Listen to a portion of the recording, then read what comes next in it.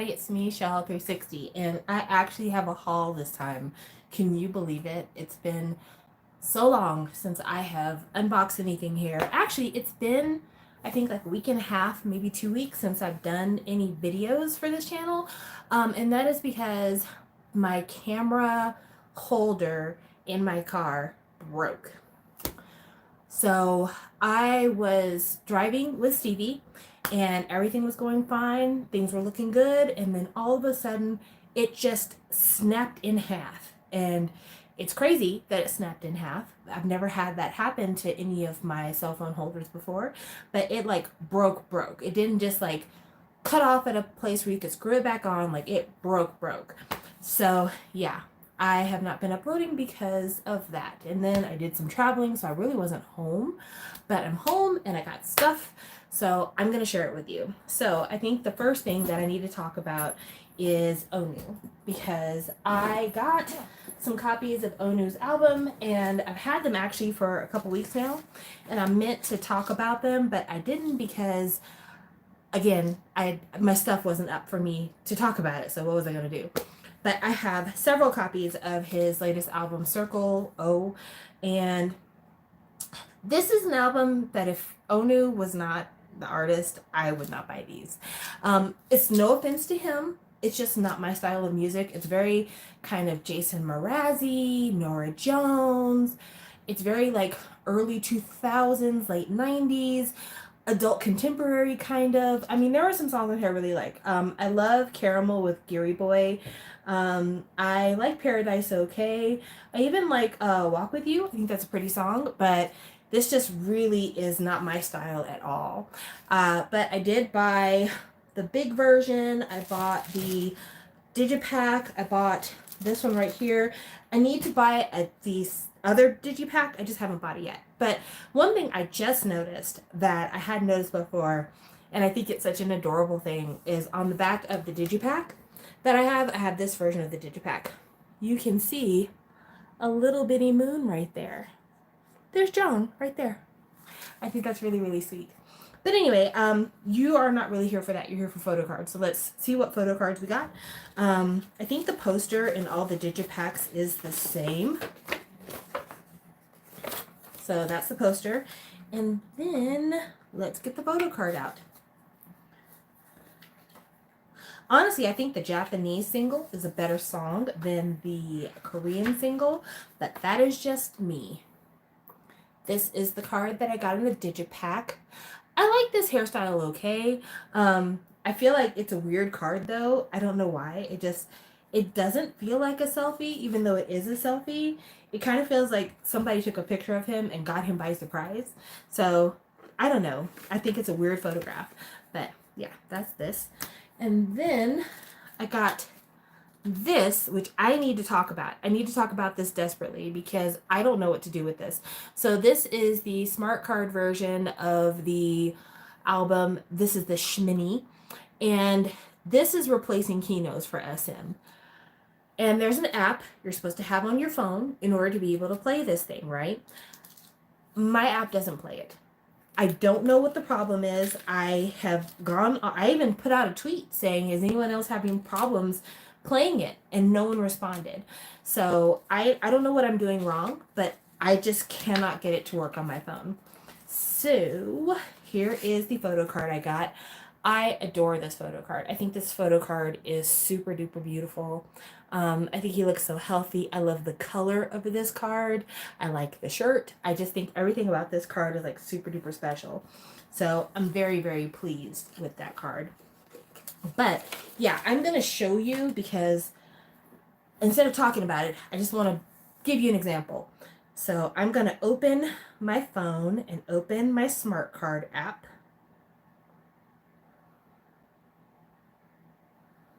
Just a moment. Okay, so this is my smart card app right here.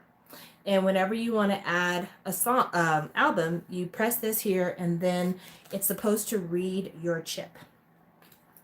So here is the chip.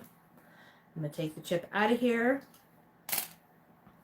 This is the chip. I don't care if you see it because you're not going to be able to download the album using it. So here I am. It says tag, you probably can't see it. It says to tag your smart music card.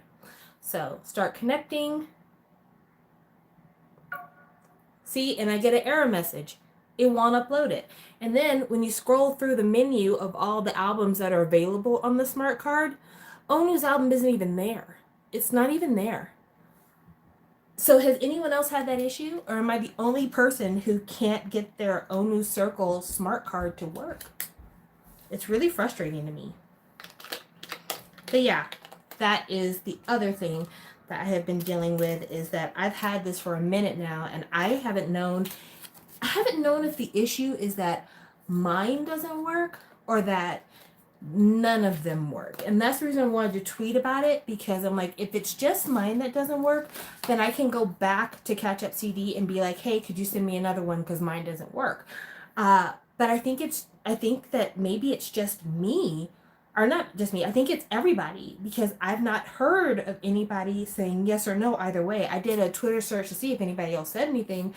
So I don't know. So if you know, please let me know. But yeah, I don't know how to get it to work.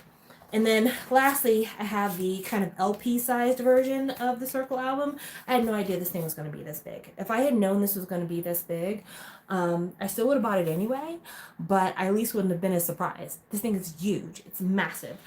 I thought it'd be like magazine size. This is really, really big. And inside you get this really big photo book. It's really pretty. It kind of reminds me of the Her album by, no, not the Her album. It reminds me of the From Dusk Till Dawn album by Crush. Like, I don't know why. The vibe does. This is the photo card I got. Pretty, pretty. And then it came with this huge postcard. It's bigger than my face. This huge postcard here. And it came with a film strip, which I don't think that this helps any. Let's see. This will help more. It came with this film strip, so you can see all the images from the film strip. So that's super duper pretty. I no longer have a vehicle where I can play CDs, so the CD for this and the CD in the Digipack I have not played because I don't have a CD player. Sorry. But yeah, I like this version in terms of just like, I think artistically it's very pretty, but it is going to be a bitch to store. And it's got this slipcase on it, which you have to be very careful when you're putting it back on, because it's really easy to like ding the corners up on your photo book, because it is a very slim and tight fit. So that's that. And then I have posters here. So I'll show you the posters, because I ordered it with posters. And I think I have some other posters in here too from other things that I've ordered. Yeah, I think so. So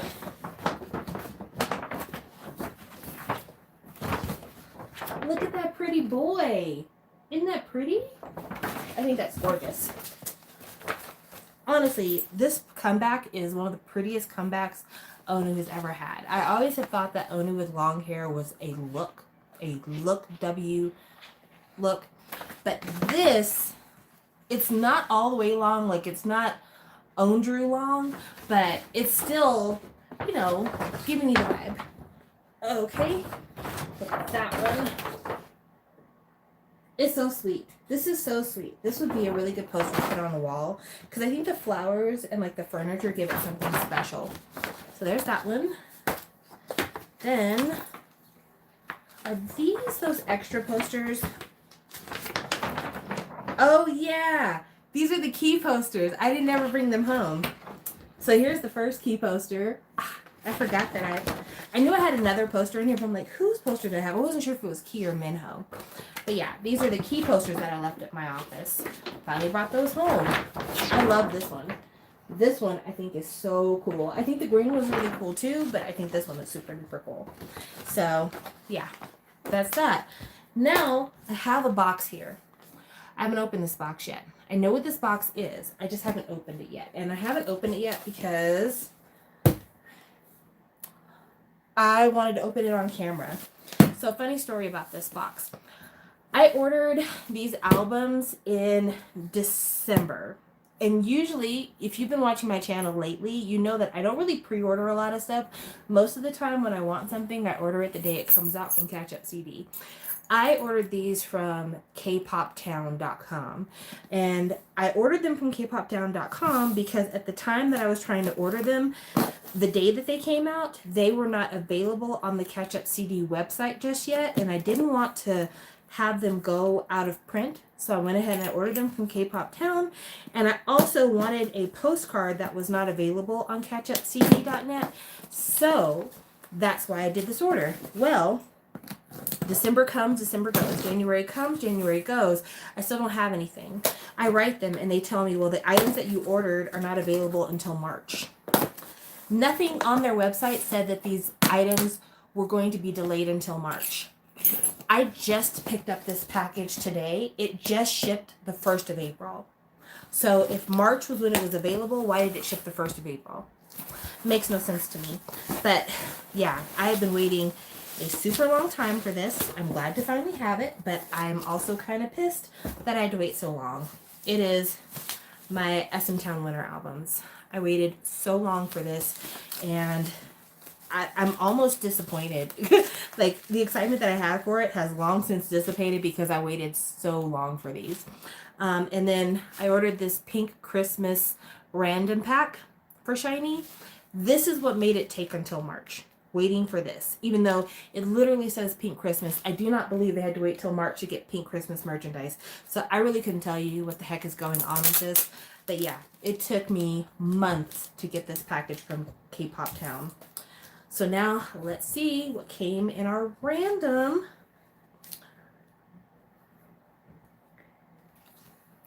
I got Minho and I got Onew. I got Minho. Yay! Merry Christmas! I'm so excited. Okay. Still not worth waiting months, but pretty exciting shit. So I'm happy to have that. But yeah, I waited months to be able to get those two cards. I'm not impressed. Okay, but let's keep going. We have this, which is what is this? This is the invitation. Is this the invitation or the ID card? I think this is the ID card. This is the ID card version of the winter album, and it looks like I got Onew as my ID card for Shiny. I didn't realize when I ordered this that they were member ID cards. Had I known that, I would have ordered it from Catch Up CD and had them give me the Minho version, because Catch Up CD, if you send them a special message and the item is available, they will give you certain member versions. You just have to tell them when you're making your order, like, by the way, if you can give me this member, I'd really appreciate it. So let's open this up. Not that Onew's bad. I'm still going to keep this unless somebody wants to, like, buy it from me. But yeah, that is the member card version. And then this is the photo card that came with that member version. It's cute. This is cute. Looks like there is an app that you have to install to be able to scan the QR code and activate the album. It is a Nemo's Tag and Play app. I don't think I'll be downloading that because I have too many apps from all the different experiments that SM has done over the years. I really just don't feel like downloading another app. Also, there is a mini poster that came with this. Cute, cute, cute. Very, very cute.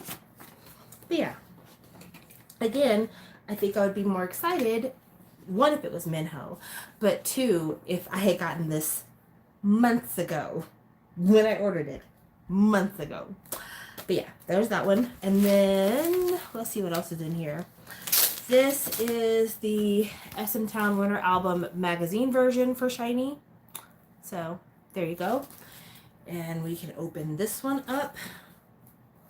Last year I bought like 3 of the SM Town Winter albums. I bought, yeah, like 3 copies of the ones that were Shiny versions. So that last year there were group versions, like the Shiny version, and then there was like SM Town family version. This year there were like 2 SM Town family versions and then individual group versions. I only got 1 Shiny group version, and hopefully maybe I'll be able to get Minho's card at some point, but I haven't really done a lot of photo card shopping lately either. So comes with a poster. This is the poster we got, which is exactly the cover of the Shiny version of the album. Cute, cute, cute. There's a postcard here. I got Key. And then there's an SM Town advertisement. And then I got Minho's photo card. Yay! I don't have to buy it, but I need Minho's postcard now. Muy triste. And then I have another poster here. Member poster. Onew. So I got like one of every single member in this package. That's actually pretty freaking cool. I like that a lot. I think the concept for this SM Town Christmas thing, I think it's supposed to be like a snow globe of some sort. And that's the reason why the clothes are so weird. But like, I do not understand Minho's outfit at all. Like, nothing about it makes sense. Kia's got on a woolly hat and shorts. I mean, don't get me wrong. I appreciate the risk that K-pop styling takes, but it is odd. They make some odd choices. They really, really do. I didn't put this back in the clear case. I need to do that. I'm being careless with my stuff. Wrong way. Wrong way. It goes this way. Ugh! Plastic wrapping. Quit being a bitch. There we go. Done, done, and done. Next we have the SM Town, like SM Town Family version, magazine version. Is this one. So this is the one that's for like all the groups, which means the chances of me getting a shiny card in here are very slim because this is Kangta, Boa, TVXQ, Super Junior, Girls' Generation, Shiny, EXO, Red Velvet, NCT 112, or 12-7, NCT Dream, Wavy, NCT Shitaro, Sungchan, aespa, and the DJs. That's a lot. That's a lot. I don't need a if I get a DJ photo card, I'm going to be irate. I'm going to be really, really pissed if I get a DJ Raiden card. In fact, probably me saying it out loud means it's going to happen. I really, really don't want it. I mean, no offense to DJ Raiden. I just don't want your card. Okay. I got a girl. I got a girl.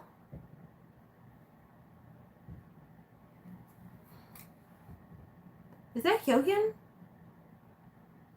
So I did get a DJ card. DJ Hyun, I believe. Let me know if I'm right. I think that's what I got. I feel like that's what I got, but maybe I'm wrong. And there's another card here too. Another girl. I believe this is Irene. Just from looking at the back, I think this is Irene. Yep, it's Irene. Okay, so I got girls. That's not bad. And I got a little boy. I think this is this Jisung? Is that his name? It's one of the Dreamies. It's one of the Dreamies. I don't keep track of the Dreamies because they are literal infants, and so I cannot be bothered. But yeah, I figured I wasn't going to get shiny here. Can't say I'm not disappointed. I am. I am disappointed. I would have loved shiny. But I do like this. I think this is really cool. I like this a lot. This is really cute.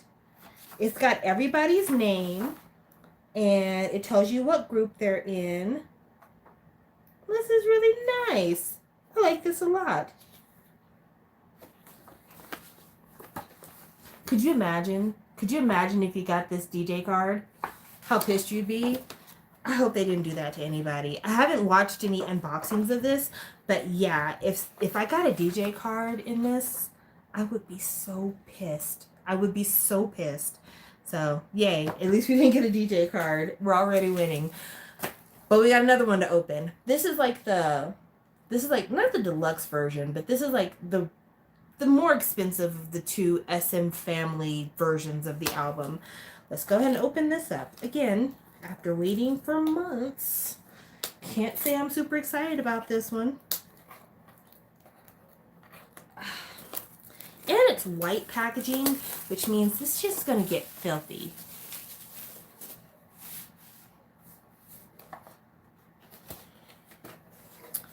All right, already on the top, the freebies. So we have a lift ticket And my ticket is for TVXQ, and my destination is the forest.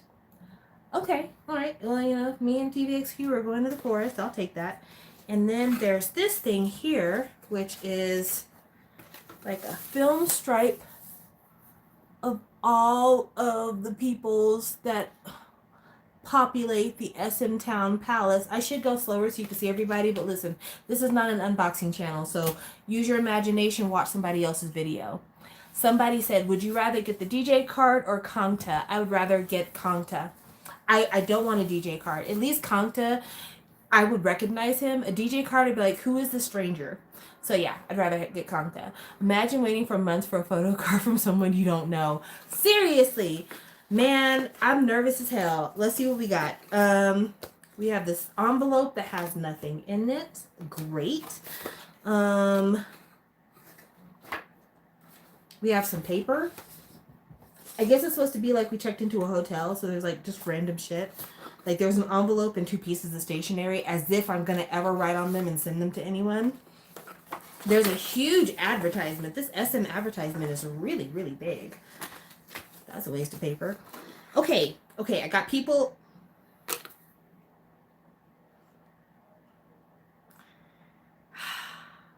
I got people. I got Boa. We love Queen Boa, so I'm not mad at that at all. It's not that I dislike this person. It's that I hate this picture. I think this is a horrible picture. This is Taeil. I think Taeil has a beautiful voice. I love him in NCT. I think he's so incredibly talented. This is a terrible picture of him. I mean, tell me if I'm wrong. Like, he looks 40. He looks almost my age. He looks like a trot singer in this picture. This is not a good picture of him. Why would SM do this to him? He looks mega old. Why? I don't know. I don't know. That's sad. That's sad. It's got more pictures in here. Basically, this version is all of the photo books from the other versions, I believe. At least that's what it looks like to me. So yeah. That is that. This looks ultra cheap. I'm not even gonna lie to you. I'm looking at the settings. The settings for some of the other groups are basically the same sets that Shiny had. I mean, there's some cute pictures in here, don't get me wrong, but I'm also thinking, like, this just looks cheap. This looks real, real cheap. I'm sad. I'm sad about that. But at least I got no DJs. No DJs, no Kangta.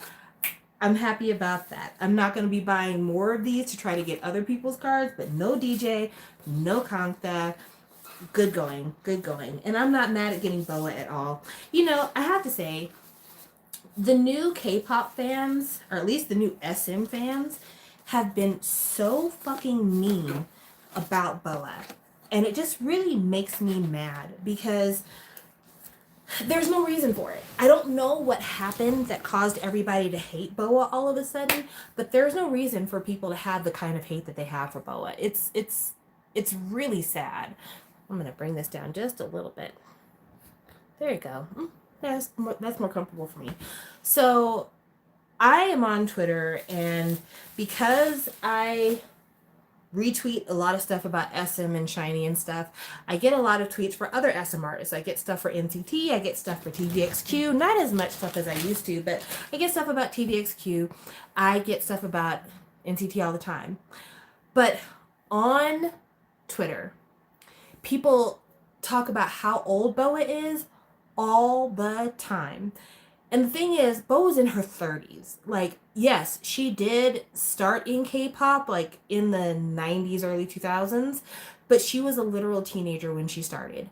People constantly talk about how old she is, which really sets me off.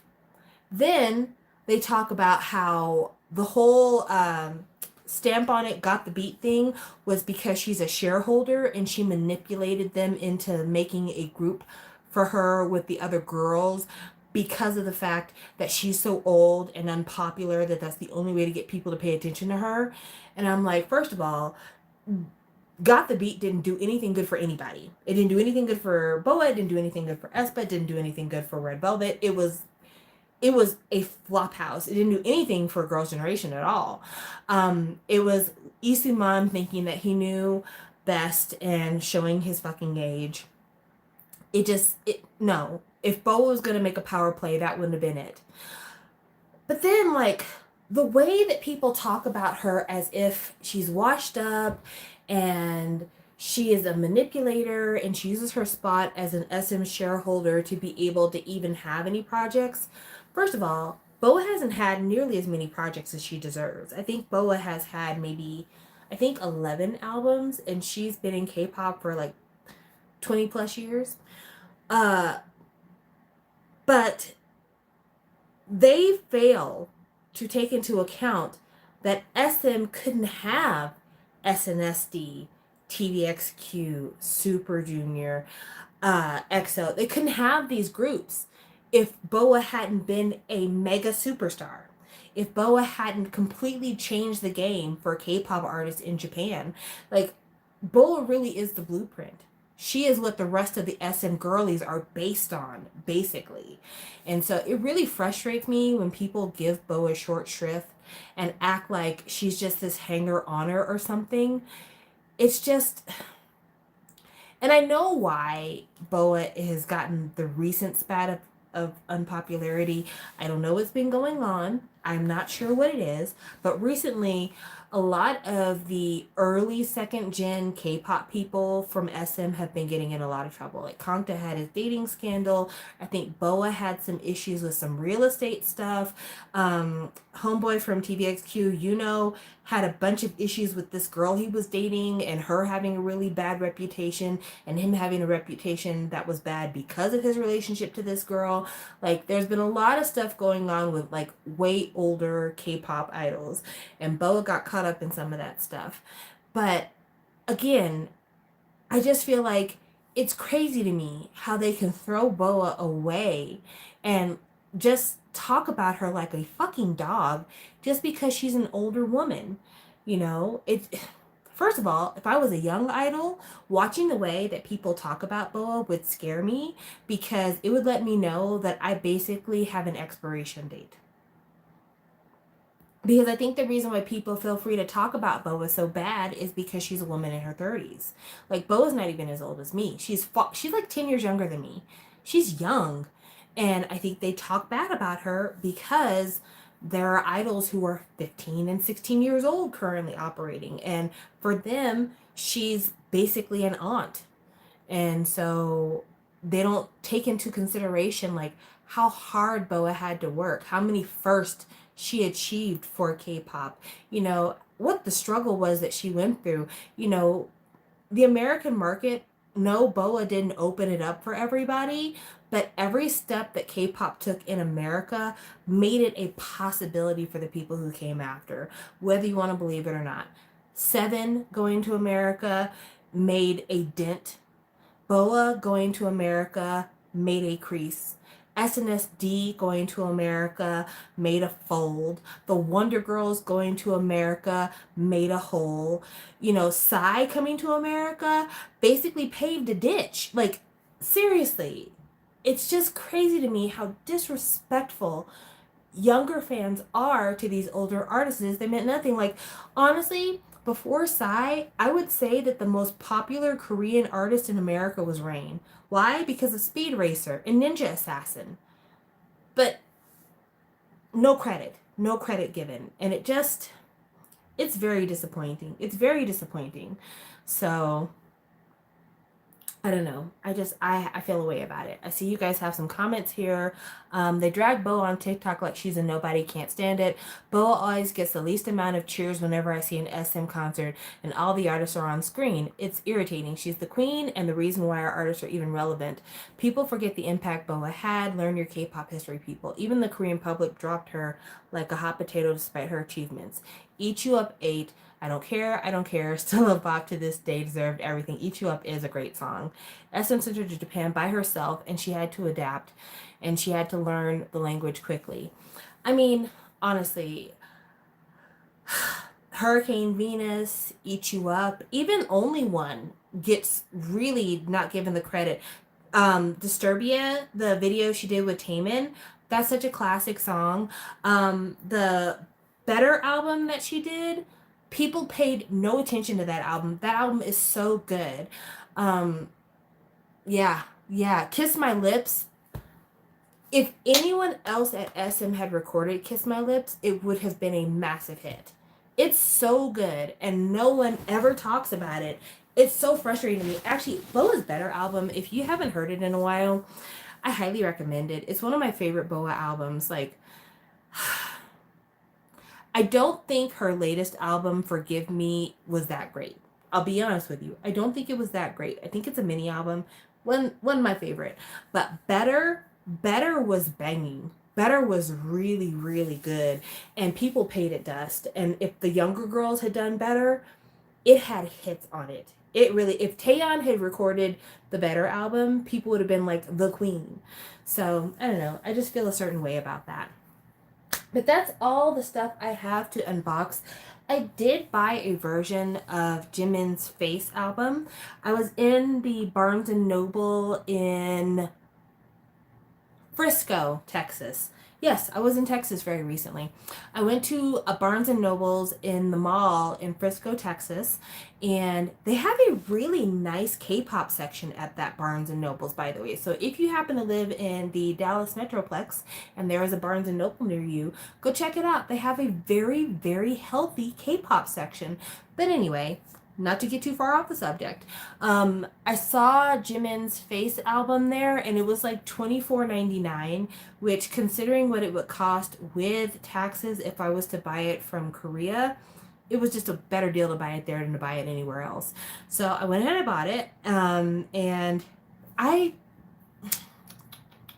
really like Crazy. I'm actually pretty proud of Jimin for making it #1 on the Billboard Hot 100, only because I feel like finally a song coming from BTS is where it deserves to be out the gate.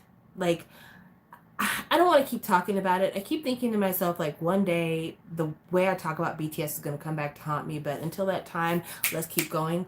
I didn't really like Dynamite. I haven't made that a secret. Not my favorite. Butter, it's okay. Not my favorite, but it's all right. I did not like My Universe at all. Not at all. Permission to Dance, gagged me with a spoon. But Like Crazy is a good song. I think that Set Me Free Part 2, I don't ever want to hear Jimin rap. Like, honestly, I don't know who asked for that, but it wasn't me or my camp. But Like Crazy actually really worked for me. I will say that the video for Like Crazy was a bit underwhelming. It was basically like a club video. But yeah, I really enjoyed the song. And I think of the songs that have come out of both the solos and the group, I think this song was, one, the most radio friendly of them all.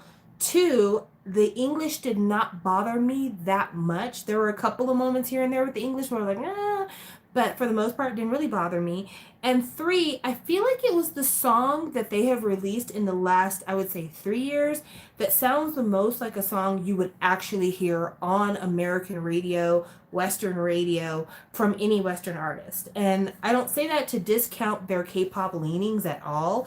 I just say that in that I feel like this was an earned #1 that wasn't solely driven by fans. Whereas I feel like #1s for Dynamite and Permission to Dance were just driven by fan engagement and being able to say we got them another #1. I was asked the question, whose solo do I like the most? Ooh, good question. So let's see. Suga's had one mixtape, I believe. If I'm wrong, let me know, but I think he's had one mixtape since joining BTS. Rapmond has had 2 mixtapes and 1 official solo album. J-Hope has had a mixtape and an official solo album and a single. Jin has had a single, like plus single, and Jungkook has had some singles. Uh, Taemin has done some stuff on like SoundCloud, but I don't think he's had an official single yet or a mixtape. Um, Jimin just had his album, and he's had some stuff on SoundCloud. So I think that covers everybody in the group. I hope I covered everybody. But yeah, I think out of all of them, I think Jimin's project to me is probably the one I would go back and listen to the most, just because I think the breadth of the album is pretty good and it's short and it's really easy to listen to. Probably my favorite before Jimin's came out, I liked RM's official release. I thought Indigo was good, but I think that J-Hope's first mixtape would take it. I think it would take it. I think J-Hope's first mixtape, honestly, is very underrated within the fandom. I think if you were to go back and take a listen to it, it's pretty sweet. Pretty great. I think the thing that keeps me from really appreciating Suga's mixtapes, and it's not his fault at all, I think they're like rapidy, and I I don't think that I'm able to appreciate it the way that I should because I don't speak the language. And usually that's never kept me from liking anything. Like I listen to a lot of K hip hop and K R&B, and I don't know the lyrics there. But with his rapping especially, I feel like there's a lot of emotion in the way that he raps, and I think it has to do with the lyrical content. And so I think I miss a lot of context a lot of times with his music especially. So I don't really go back to it very frequently. I think, hot take, especially considering who my bias is, I think that Suga's the best rapper in the group. I think out of all of them, Suga is the best rapper, and I hate to say it, I think that J-Hope is the second best rapper in BTS. I'm sorry, I didn't realize this until very recently, so don't kill me for this. I was listening to the feature that RM did for that girl Soyun. I think that's her name. Anyway, he did a feature on that song, and I remember listening to that feature and thinking, I don't like this. And then I was listening to his NPR Tiny Desk, and I was like, I don't feel like I like this either. And then I was thinking about like, I think that RM has become a worse rapper as BTS has gone on than he started. I feel like when BTS started, he was a really good and capable rapper. I really enjoyed him. I still feel like What Am I to You is one of the best intros that BTS has ever done. I still go up for that song even to this day. But I think I've been able to pinpoint very specifically the issue I have with his rapping, because when you watch his Tiny Desk, it becomes more obvious than it is in other places. When Namjoon decided to become a rapper, he developed a black scent of sorts, and that black scent highly affects the way he raps. And as time has gone on and he has been rapping, I don't believe that he has been able to establish a rap voice that doesn't still have that black scent as a part of it. Even though he's tried to make his rap more pop friendly, he's tried to be kind of more sing-songy with his rapping, but he still has like kind of the same vocal inflections. He doesn't have as much flexibility with his tone. And like I said, the black scent is still there. And when you're talking about songs that are a little bit slower or songs that are a little bit more emotional, and he's really trying to drive home some lyrical points, but he's doing this kind of cartoonish, not very sophisticated black scent while he's doing this, it just kind of makes it sound silly, and it makes it sound way less impactful. And it just feels like everyone in the group has grown around him, but his musical voice, like the actual sound of his voice, not his writing, his musical voice has not grown. And I couldn't say I know how to solve that, to be honest with you. I've heard him sing. Like, he's done lives where he's sung without any kind of auto tune or anything else. He's not a strong singer, but I think on Indigo, his singing was stronger than it's ever been. But yeah, I feel like his rap voice, he needs to take some time to maybe explore his voice. Like, maybe he needs to hire a vocal coach to just try to like figure out where his voice can go. What does his rap sound like without the black scent? What does his rap voice sound like if he goes a little bit higher? What would different tempos sound like? Have him do some other people's verses, and see what his voice sounds like when he's trying to imitate other people's voices, to kind of stretch yourself. Like, I find a lot of the time when there's a song that I like and it's outside of kind of my personal range, if I'm singing along with it and I quit thinking about trying to sing it in my own style, not that I'm a singer or anything, but I quit trying to think about like singing it where I'm comfortable, I stretch myself more.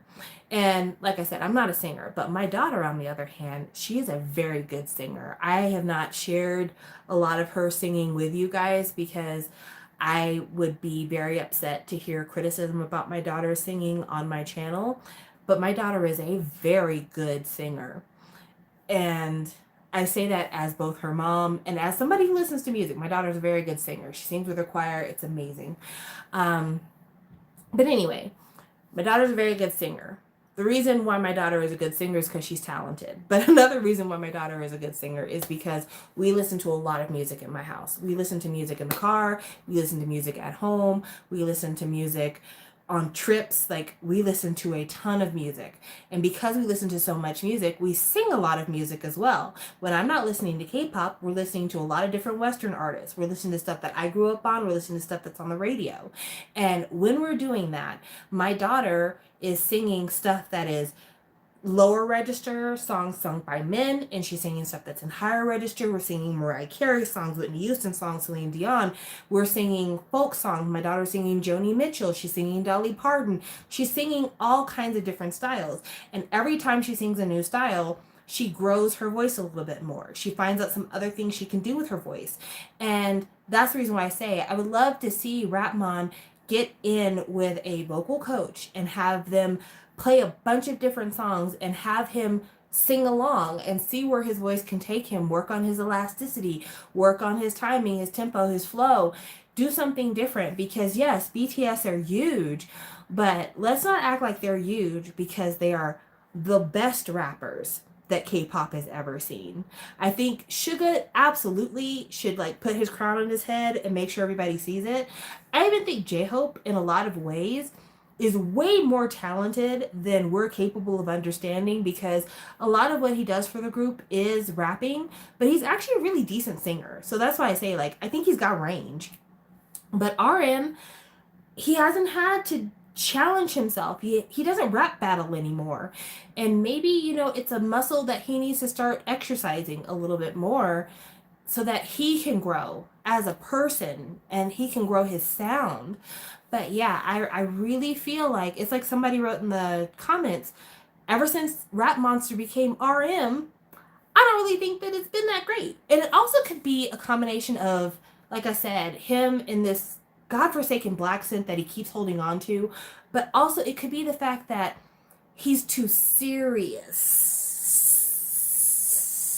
I think back when he was putting a little bit more bravado into his songs, when his songs were a little bit more playful, when his songs were a little bit more youthful, his voice worked. Now, since I feel like he's been kind of more self-serious, it hasn't been as good. So I don't know. I want good things for him. I wish that they still did more ciphers, but yeah, I think that when it comes to ranking the rappers in BTS, Suga, J-Hope, then RM. Ooh, hot take, hot take, hot take.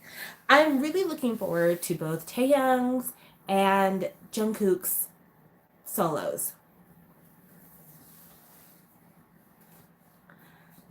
I am looking forward to Taehyung solo probably more than Jungkook, to be honest. I know that Jungkook solo will be the most popular solo. Like if you and I were to take bets, if we had money on the table about who's gonna win, Jungkook's gonna win. I think everyone knows it. His mama knows it. Everybody else's mama knows it. It's just a fact. I think the song he did with Charlie Puth was just a small sample of what he's going to be able to give us. He's been doing some live streams lately, and he's been unlocking some different levels of his voice recently. And so, yeah, I'm pretty certain that when his solo finally comes out, if he's got the right producers behind him, the right collabs going on behind the scenes, I have no doubt that his solo is going to be the solo to beat. But that's the reason why I'm so looking forward to seeing what the fuck Taehyung does, because he has really surprised me with what he chooses to do with his solo efforts. I feel like I never know what to expect from this kid. And so I would love to see what he chooses to do with a solo. I would love to see where he decides to go. But yeah, I think if I had to guess, his is going to be kind of the most wild and unexpected. I expect to see some jazz influences. I expect to see some influences from like female ballad singers because we know he loves them. Like it's just, yeah, it's gonna be a weird gumbo. It's gonna be a weird gumbo, but I'm here for it. But Jungkook, I think, is probably gonna be the most commercially successful because honestly, that kid has been raised to do this. You know, he's had the most kind of curated musical education, and I think that he's the Justin Bieber of the group. He is. In whatever way you think that that means, he is the Justin Bieber of the group. In whatever way you think that means, he is the Justin Bieber of the group. And so his solo is going to be the most successful. And honestly, depending on how successful his solo is, I think more than the military, his solo could be what puts the group in danger of breaking up the most. And I don't say that to be mean, and I don't say that to say that he is a bad person. I say that to say this. It would be very hard, and I'm just thinking of it as a person who has to pay bills every month. It would be very hard for me to justify in my mind doing a project where I have to split the money 7 ways versus doing a project where all the money is mine. And if his solo is selling BTS group numbers, he's going to make a ton of money on it.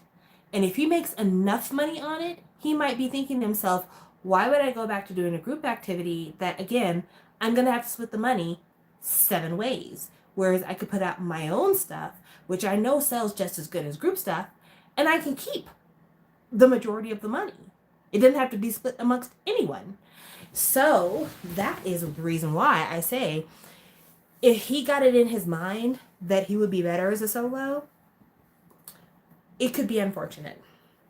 But I think that he would have a really hard time not coming back to BTS because BTS is kind of where he was raised. And I think that there's a lot of pressure that gets put on you when you're solo that he hasn't had to encounter to an extreme amount. Like, yes, he did the World Cup thing and again the Charlie Puth thing, but he hasn't had to spend a lot of time with that solo attention and doing the talk show circuit and everything else. And so perhaps if he gets a big enough dose of that, it will make him uncomfortable and he'll decide he feels better having the shelter of the group. I'm specifically thinking of Taemin when I say this because I feel like even though Taemin, he can make that money touring, girl. Even though Taemin is a very successful solo, does solo concerts and everything else, he is his most comfortable when he is in a group. Like, he seriously is. Like, when Taemin is with the rest of SHINee, he's so happy. And when he is surrounded by familiar places, he's so much more comfortable. So I really sincerely feel like if Jungkook is anything like Taemin, he'll do solo stuff and he'll really, really pursue his solo activities, but he'll always want to come back to the group because of the familiarity and because that's where he grew up. It's like coming back home. So we'll see what happens with that. We'll see. I'm not saying, but I'm just saying. Speaking of Taemin, and I know you guys are probably like, I can't believe you haven't said anything about it earlier, but I was saving it. Taemin's home, guys. Taemin's home. I'm just so incredibly proud of him. We were all worried about Taemin. I would say not midway through, but maybe like almost a quarter or a third of the way through his military service, Taemin had some issues and he had to have his military service changed. And he now, well, not now, but he had a military service that allowed him to be home in the evenings and to not have to live on base in the barracks with the other soldiers. And I have no doubt that the reason why Taemin had to be reassigned is because of what they stated in the press, some challenges with his mental health. Taemin got out of the military officially on the 4th of April. And he did an Instagram live. First of all, our baby has chubby cheeks again. He looks like a baby. He was asking if he looks older. No, you don't look older. You look 12. You look like an infant. Don't worry about it. But he was so nervous, and you could tell he was so uncomfortable, and he was so self-conscious. But also, you could also tell he was so happy to finally be talking to us. He was so happy to finally be able to engage. He was so happy to have that positive affirmation. And he's doing a fan meet, which a lot of people were like, Taemin, don't do a fan meet. It's too soon. You just got back. You need to relax. No, he's been relaxing. He's ready to get back out and do the thing that he was meant to do.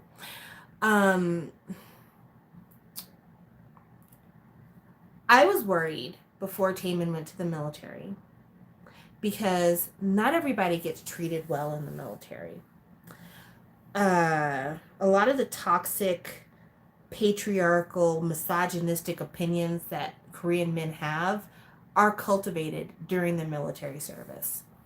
And Taemin, being a young man who has grown up in entertainment, in an environment where he was surrounded by women and people that are a part of the LGBT community, he definitely had a different experience than a lot of Korean men have.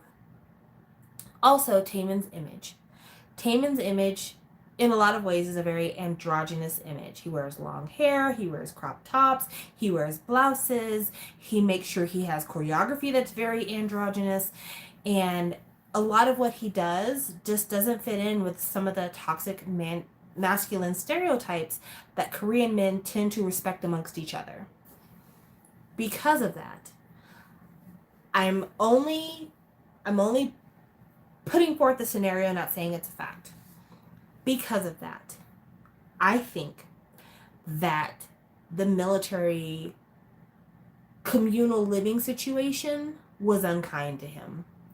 I think there were men who tried to test him. I think there were men who tried to punk him. I think there was bullying going on.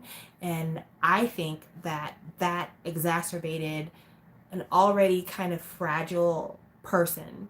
And even though Taemin is an excellent performer and you put him on a stage and watch the kid shine, I think Taemin has not really had to deal with a lot of personal challenges outside of, like, grief and trying to, grapple with fame. But in terms of like bullying, Taemin was bullied very early on in SHINee's career. Like when he was in high school, he was bullied.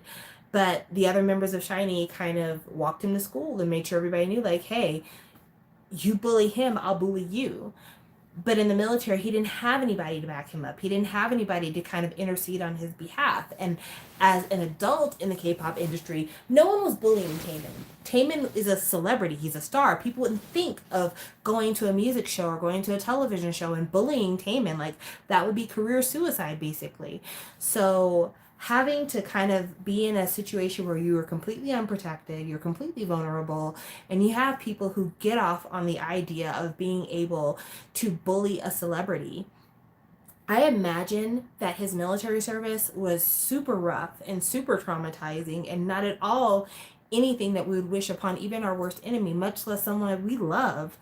And so I know that we'll never get the full picture of what happened, but I think he was so grateful and glad to get on Instagram and talk to us, because it's probably been a long time since he has been in a space with thousands of people telling him, we love you, we miss you, you're the best, you're so handsome, you're so smart, you're so talented, we can't wait to see you again, we can't wait to hear you perform, we look forward to what you're going to do next, we've missed you so much. Like, taking on that isolation and that loneliness and then turning around and being again enveloped in the warmth and the comfort of a fan base that has nothing but love for you, I imagine that's something that's very healing for him. So when people say it's too soon for him to be doing a fan meet, I think he needs it. I think he needs a fan meet. I think he needs a solo performance. I think he needs SHINee to have a comeback. He needs to be doing the thing that he's the most familiar with and what gives him the most validation, because I think his time in the military had been rough. And not rough nice, rough rough. Like bad rough. Like he bought a whole other cat because it was that hard. So he needed to come home to something soft and friendly. Speaking of which, he's got a new cat, Dang Dangy, and I'm so upset because we didn't know about this cat. Now, granted, we probably weren't supposed to know about this cat until he got out the military, but this cat is a grown-ass man. We missed his whole childhood. And I'm just like, we got so much of Kookie's childhood. We got so many pictures of her when she was a little girl. And we missed so much of Dang Dangy's childhood. Like, and the way he talks about Dang Dangy too is like, it's so funny. Obviously, Kungi is daddy's favorite. And Dang Dangy is just that dude who lives in the house as well. Like, he took on an extra roommate. It's horrible the way he talks about that damn cat. But it's funny too. But anyway, I say all that to say, I'm so glad he's back in an environment that is a comfort and that is familiar. And I hope that he is still pursuing counseling, therapy, that he's still, being able to be in safe spaces to evaluate his feelings, because I imagine that his military service was brutal. And I really hope fans don't bring up his service. Like, if we could do him one favor, let's not talk about his military service. Just like Key doesn't ever want to talk about it, I have a feeling Taemin really doesn't want to get into it with us. So let's not talk about that. Let's talk about him and how much we love him and what we're looking forward to, and let's support his comeback and just be glad to have all the boys home again. Because, yeah, I think it was really, really rough on him. Super duper rough. There are probably some other K-pop stuff I need to talk about. Let's go with, do you think BTS has a lot of solo fans? Absolutely. Absolutely. I think that every group has a ton of solo fans. I wouldn't say it's a majority because those numbers I couldn't really give you, but absolutely every group has solo fans. Even SHINee. Did you speak about Kai or Jisoo's solo? I entered the live later. I talked about Kai's Rover on a different live stream before. I thought that Rover was good. I haven't purchased a copy yet. I will be purchasing a copy. I'll probably do a smart card of it just because I don't collect EXO like that anymore. But I'll buy a copy to support. I thought that the album was good. I think I talked about what my favorite song was, which is like the second song on the project. Rover's not my favorite song.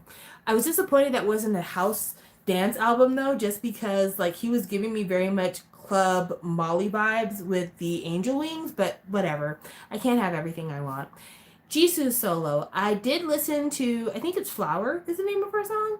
I did listen to the song. It was all right. I thought it was good. I thought that it was good for her. I thought it was a good look for her. Did you talk about the Chaeyoung situation? I think I talked about that on Twitter. Because that's the one with the t-shirt, right? Remind me if I'm wrong, because it's been a minute. There has been so much going on, babies. I like, seriously, since the last time I talked to you, I feel like K-pop got set on fire. It's just been wild. 50/50 is doing really good. I'm very happy for them. What else is going on? Oh, Himchan from formerly, let me put that out there. Himchan, formerly of BAP, because I don't think BAP is an entity anymore. Goddamn. Goddamn. Wow. I think he's like looking at a third set of sexual assault charges. It's crazy. It is crazy. Like, it is crazy. Somebody said that Jisoo's solo is their favorite solo so far. I disagree. I think Money by Lisa is the best solo. I think it was the one that suited the best. I think it was just perfect. It was perfect. Yeah, there's more about him, John. Like, seriously, look him up on the tweets. That man is in trouble, baby. He is in big trouble. He will never have a career again. Not at this rate. Well, I don't know.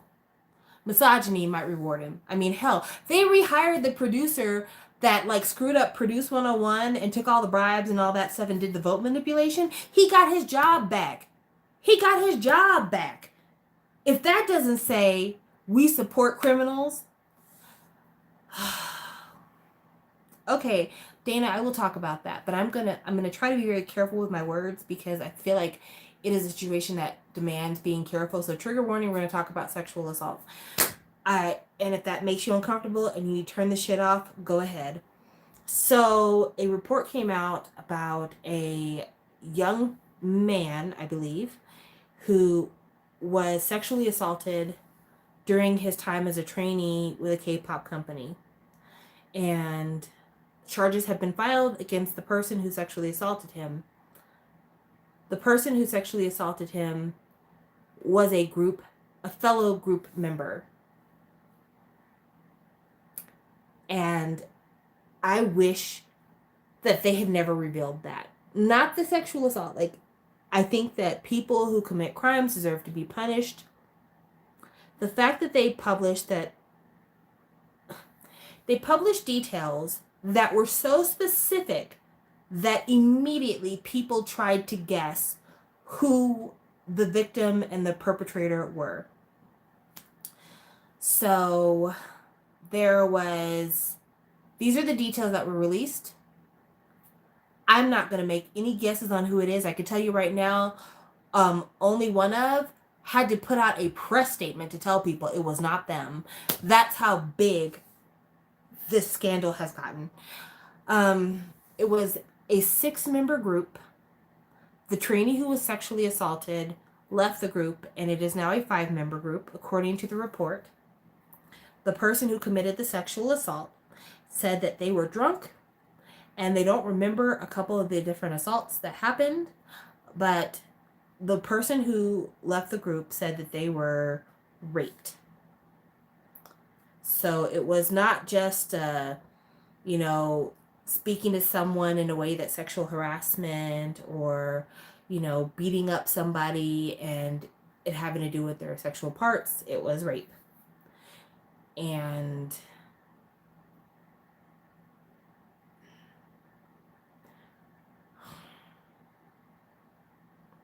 I just hate that they put out 6-member group, now a 5-member group. He left the group because now this person is a target. For good or for bad, this person is a target. People want to know who they are. The other people in the group will be targets. If the name of this group gets out, which it eventually will, because we're hoping that the person who committed the sexual assault will go to jail. So eventually, this news will come out. But let's talk about the implications. If they had never revealed that the person who they assaulted was in the same group with them, then that means the other members of the group don't have a stain on them. It means that this person who got sexually assaulted doesn't have to worry about their name being in the streets. They could go on to live a fairly normal life in anonymity, knowing that their justice had been preserved. Now, when this person eventually goes to court to be tried for these charges, everyone will know who this person is, and everyone will know who the victim is because they left the group. And now every member of that group, whether they knew about the assaults or not, will be seen as accomplices to this, will be seen as allowing this to have happened under their watch. Every single person involved in this now has got their entire future ruined. There's no other way to do this. There's no other way to do this. And it's not fair because the victim didn't cause this problem. But now their future is ruined. And it didn't have to be like that. It didn't have to be like that. But so much of what gets reported is reported in service of gossip. I mean, hell, the stuff that we talk about here is in service of gossip. So, yeah. I'm sad. No one confirmed whether or not the Chaeyoung thing was about the t-shirt. Was that about the t-shirt? Like, I just want to, because I'll go back to it real quick. Because like I said, I talked about it on Twitter. I don't think I really talked about it here. Let's see. There was a K-pop fan on TikTok who bought an old Mama award that belonged to BAP on eBay, and they got in so much controversy because they didn't know who BAP was. Wow. I did see that on TikTok because Jade sent it to me, and I think like people are like, you should give it back. I'm like, no, I'm not giving it back. In fact, I want to resell it for more money. Some crazy stuff like that. But if Chaeyoung is the shirt thing that I'm thinking of, then that scandal was that they wore a shirt that was a Johnny Rotten t-shirt. Johnny Rotten, who is a member of the punk band the Sex Pistols, and the shirt that Johnny Rotten was wearing on that shirt was a shirt with a Nazi symbol on it. It's the symbol that people call the swastika, but I think it's actually got a different technical name. Anyway, was wearing that shirt on IG and had worn that shirt before, but in the past it worn like a sweater over it so people couldn't see the symbol, but was I guess in a diner or a restaurant wearing the shirt and you could see the symbol and it was a big deal. But before that was also seen, oh, it was Sid Vicious, thank you for clarifying, it was Sid Vicious, who also killed his partner Nancy and then died of a drug overdose. By the way, there's a little bit of history for you. If anyone ever says I want a romance like Sid and Nancy, run for the fucking hills. There are so many people in pop culture who talk about we're the new Sid and Nancy, and I'm like, do you know how that fucking story ended? It's just like when people say we're the new Bonnie and Clyde. Again, do you know how that fucking story ended?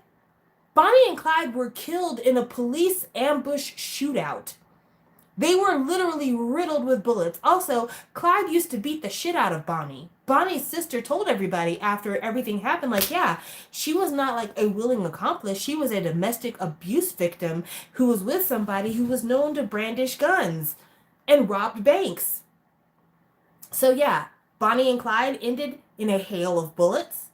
Sid and Nancy ended with him killing her when he was in some type of blackout drug-fueled rage, and then before he could face justice in court, he fucking died of an overdose.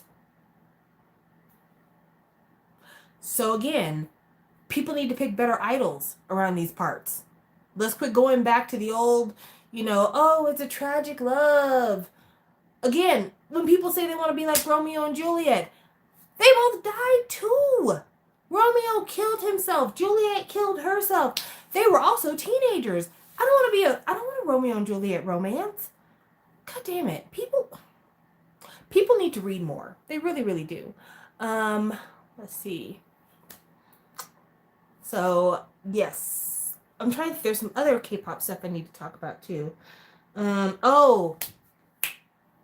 talking about the sexual assault amongst the group members, one of the things that really got to me was the fact that they were saying how the reason why a lot of stuff like this doesn't get reported, or that there's not a lot of ways to prevent this happening, is because being a trainee in a K-pop company is not regulated, because K-pop trainees aren't considered to be a part of an educational institution.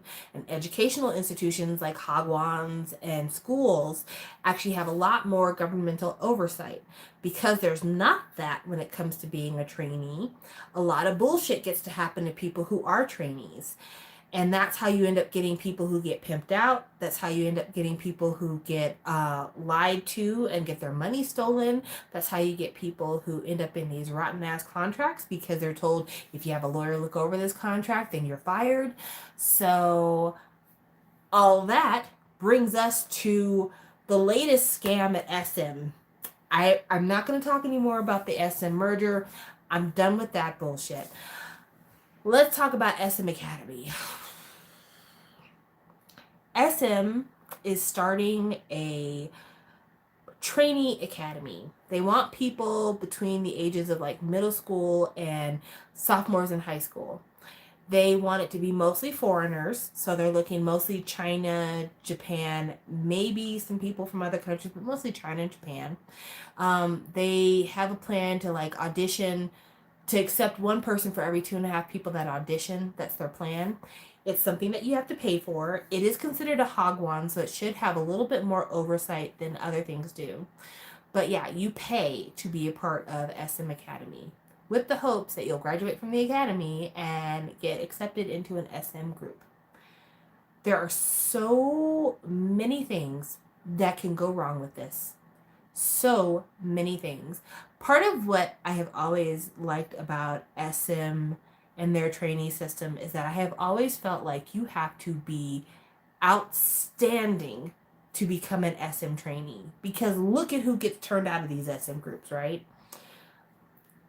If people are paying to be trainees, I don't necessarily feel like the talent level has to be there. I don't think that the charm level has to necessarily be there, because if your parents have enough money, you're going to get in.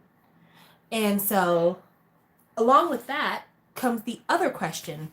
If I'm paying to go to SM Academy and become an SM trainee at SM Academy, and I graduate from SM Academy, and then I get put into a group, does this mean I have no trainee debt?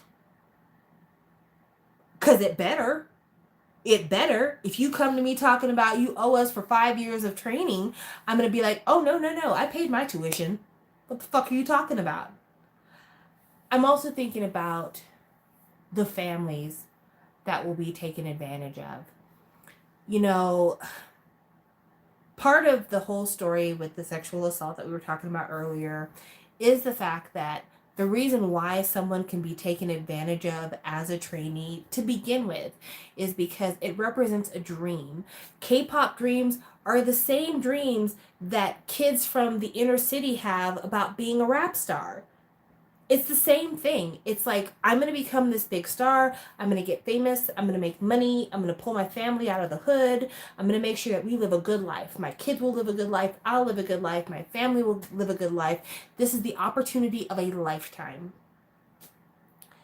Now imagine you got a kid from the city who lives a relatively modest existence, maybe even a kind of poor existence, but they've still got a family. And their family is willing to borrow money from loan sharks to be able to put their kid in SM Academy because they truly believe their kid has got the goods. To them, their kid has got the talent. And so they're willing to mortgage their home. They're willing to work extra. They're willing to borrow money from shady people to get their kid into SM Academy. And they've put all their hopes on that kid's back. And then it doesn't happen. And now the family is loaded with debt. And this kid is looking at themselves and thinking, this is my fault. They believed in me and I wasn't good enough. I didn't do enough. I didn't sing the way I was supposed to. I didn't hit the note. I didn't hit the step. I messed up the choreography. I brought all of this misfortune on my family when they tried so hard to support me. And South Korea already has a fairly high suicide rate. This just feels like a recipe for disaster. At least if you are a trainee with SM and you're not in a paid academy, then you might spend the time to be a trainee, but you're not spending the money. And if for some reason you don't make it as a trainee, then back home you go. But if you're paying up front and you don't make it, there's no refund. You're just saddled with that debt for life until you get it paid off. And it's crazy to me also, and I don't know why we don't talk about this more, but I think it's because contract law in Korea is very different than contract law in the United States.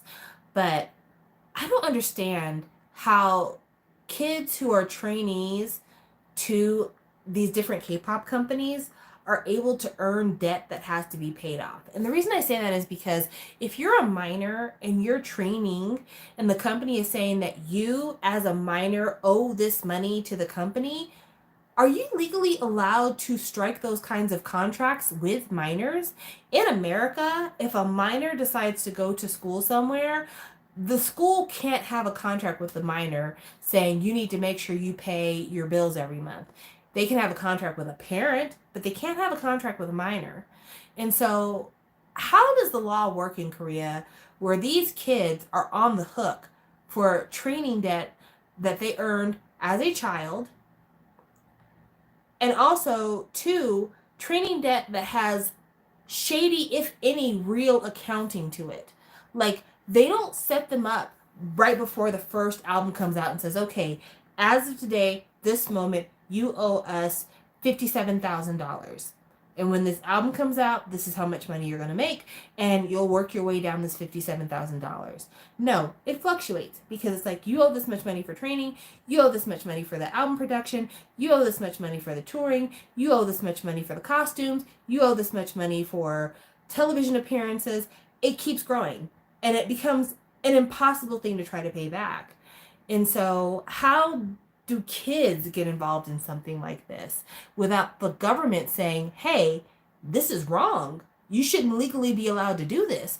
If the parents want to go into debt, that's one thing, but you can't put a debt on a child. Like, how does South Korea get away with that? So, I don't know. I have questions about that. But yeah, I think this SM Academy thing is going to be a bad idea. Also, this is the reason why the SM Academy is saying they want more foreigners is because right now South Korea is talking about instituting a Hallyu visa. So I don't know if you've heard about this, but they are trying to grant a new class of visa for people working in Korea who are working as K-pop idols. So SM Academy comes right on the heels of this trying to be made into a thing so that you have these super wealthy children of people in China coming to SM Academy to train. And those kids are not going to be training with the idea, I'm going to become an SM idol. No, they're going to be going to SM Academy to train to then go back to China and try to become idols there because they can make thousands of times more money in China than they can in Korea. Korea's small peanuts market for them. China's huge market. Which, in that kind of light, this is actually a pretty genius fucking move. I remember I did a live a long time ago talking about how SM could make a lot of money if SM had academies in China to train people in China to become idols. I guess SM is saying, why would I go to China and deal with the Chinese government and bribery and everything else that would make it impossible for us to make any money when I could just do that shit in Korea and have the Chinese students come to us? And I noticed somebody said it sounds like child trafficking. I'm thinking about Tao when I think about the ideal person to go to SM Academy. I'm thinking of Jackson Wang when I think of the ideal person to go to SM Academy. We're talking about people who have wealthy families back in the mainland who have bukus of disposable income and children who said, I have no intention of going to the family business. I want to be a star. And they can afford to send their kid to Korea. Their kid is not going to be taken advantage of because they have powerful, wealthy families at home.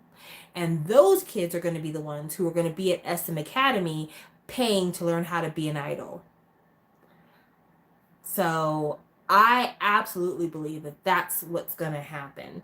Because, I mean, you know, even though Chris Wu is not anybody we want to refer to when we talk about pop stardom, there was a time when Chris was making a ton of money in China.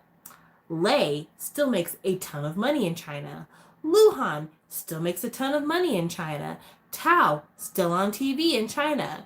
You know, a lot of people come from Hallyu and go back to China and they make money hand over fist.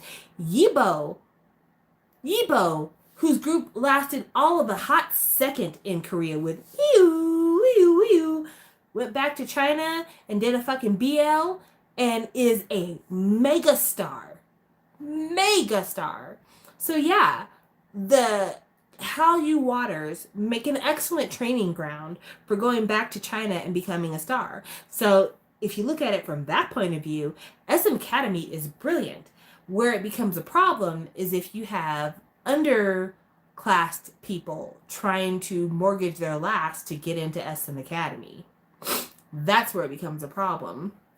But you know, maybe this academy will also be very discriminate about examining the finances of the families who want to send their kids there to determine whether or not this is something that their families can afford to do. But yeah, that's where I see things going with that. That's what I think is going to happen. But yeah, I think SM didn't want to start an academy in China because it's just too rife for somebody to try to steal the ideas and then mimic their program. And also, like I said, the Chinese government imposing really strict sanctions on them and making it to where it's not a profitable business model. But probably there's going to be a clause in the contract with SM Academy that says, like, if you perform idol duties in the next 5 years, you owe us a 5% management fee or something. I'm sure they're going to do something that's going to make it to where they make money even after you leave the academy, even if you're not signed with SM. So we'll see what happens there. Is there any other K-pop stuff I need to remember to talk about? I can't think. Oh, I think Yuju, formerly of G-Friend, has left her record label, which I want to say she was signed to Kang Danielle's label, I think was the label she was signed to. If I'm wrong, let me know. It's really hard to tell because there's so many girls who left girl groups and then signed to the record labels of male idols. It's really ridiculous. Because Wheein signed with Robbie, and then Yuju signed with, I think she signed with Kang Danielle. I could be wrong, but I feel like that's right. Anyway, she's left the record label after releasing her latest project. And speaking of Robbie, we talked about Him-chan and how he is up on his like third set of sexual assault charges. Robbie, they have revealed the scheme that he's being accused of, and it does not look good for your boy. It does not look good at all. Okay, so just paraphrasing from what I've read,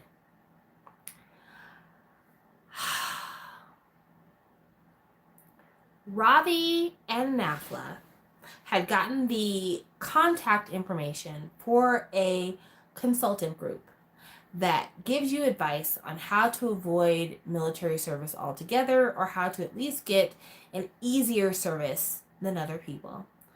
So the information that Robbie supposedly followed was that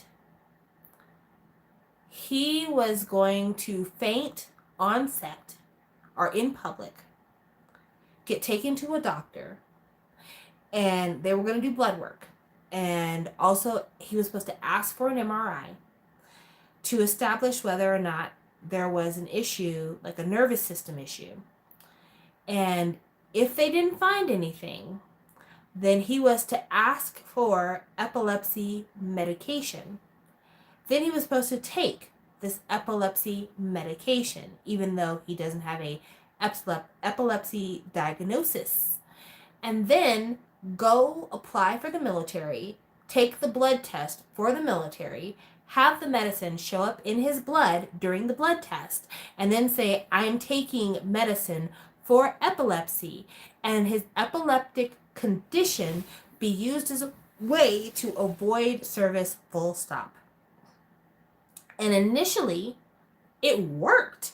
Initially, they were like, yeah, you're going to be able to avoid military service. You have epilepsy. That's too dangerous to have you in the field with that.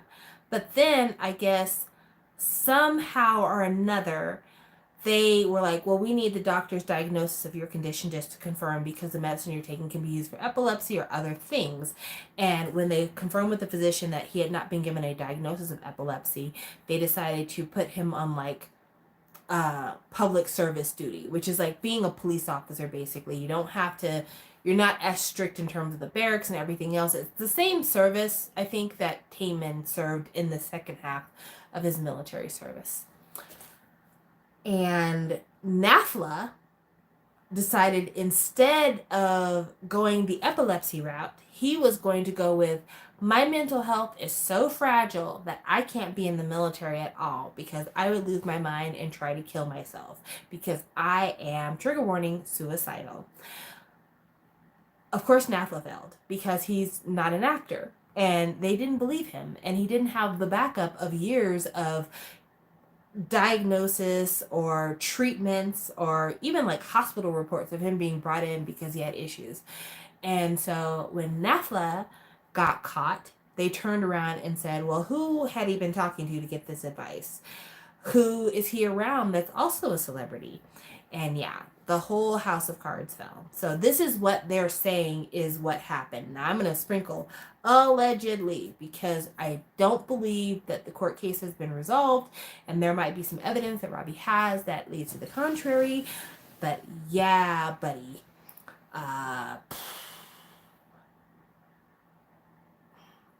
it's over for Robbie. Especially in a country where there's so many men who are not celebrities that have to do military time and have to do hard military time. It's over for him. It's over for him. It's over for him. And I hope that Leanne is able to get out of her record contract. I cross my fingers. I pray. I hope she's able to get out of it, because this was a terrible look for him. This is going to be a horrible look for her. This is such bad news. It's such an irresponsible thing to do. And, you know, I saw a lot of people commenting on Twitter that people who believe that Robbie should be punished for trying to evade his military service are assholes, because they're saying that mandatory military service should not be supported, and people should be applauded for trying to evade the service, because it's an unjust thing to have happen in the first place. Nobody should ever be conscripted. And to that I say this: we are not South Korean people.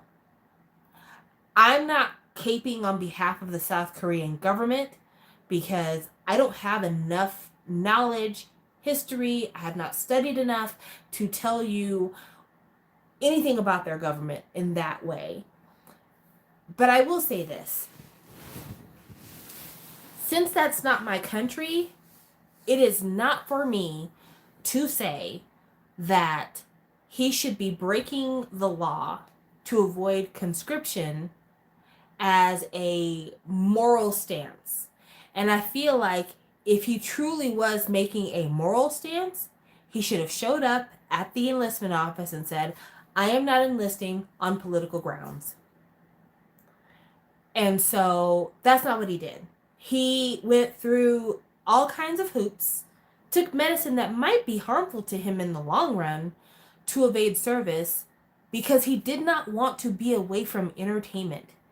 He did not want to do the things that other men have had to do. Other men that he literally was in a group with, other members of VIX have gone to the military. He didn't want to do it. And he did all this because he didn't want to do it. And not because he's like, conscription is wrong. We don't need to be at war with North Korea. Politically, I think this is a infringement of human rights. That wasn't his stance at all. His stance was, I don't want to have to leave my successful TV show. I don't want to have to leave my record label and the business I'm doing there. I don't want to have to be out of commission for 18 months. And now here we are. And so to those people who are saying, you know, you are a pawn for the South Korean government if you support him being brought up on charges, no, it's not that at all. It's that if he was really convicted, if it was really on his heart to say, I'm against this, he should have suffered the consequences of saying, I'm against this. You know, when Muhammad Ali was against the Vietnam draft, he went to jail for it.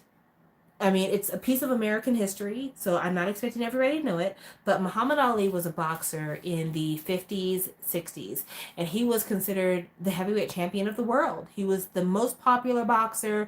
He was super handsome. He had a beautiful wife. And then towards kind of the very height of his fame in the 50s and early 60s, he converted to Islam and he became a member of the Nation of Islam. And in doing so, he said, I believe that war is wrong.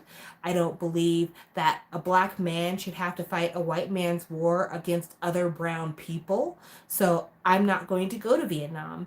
And he went to the enlistment office with his draft card and he told them, I am not going to Vietnam.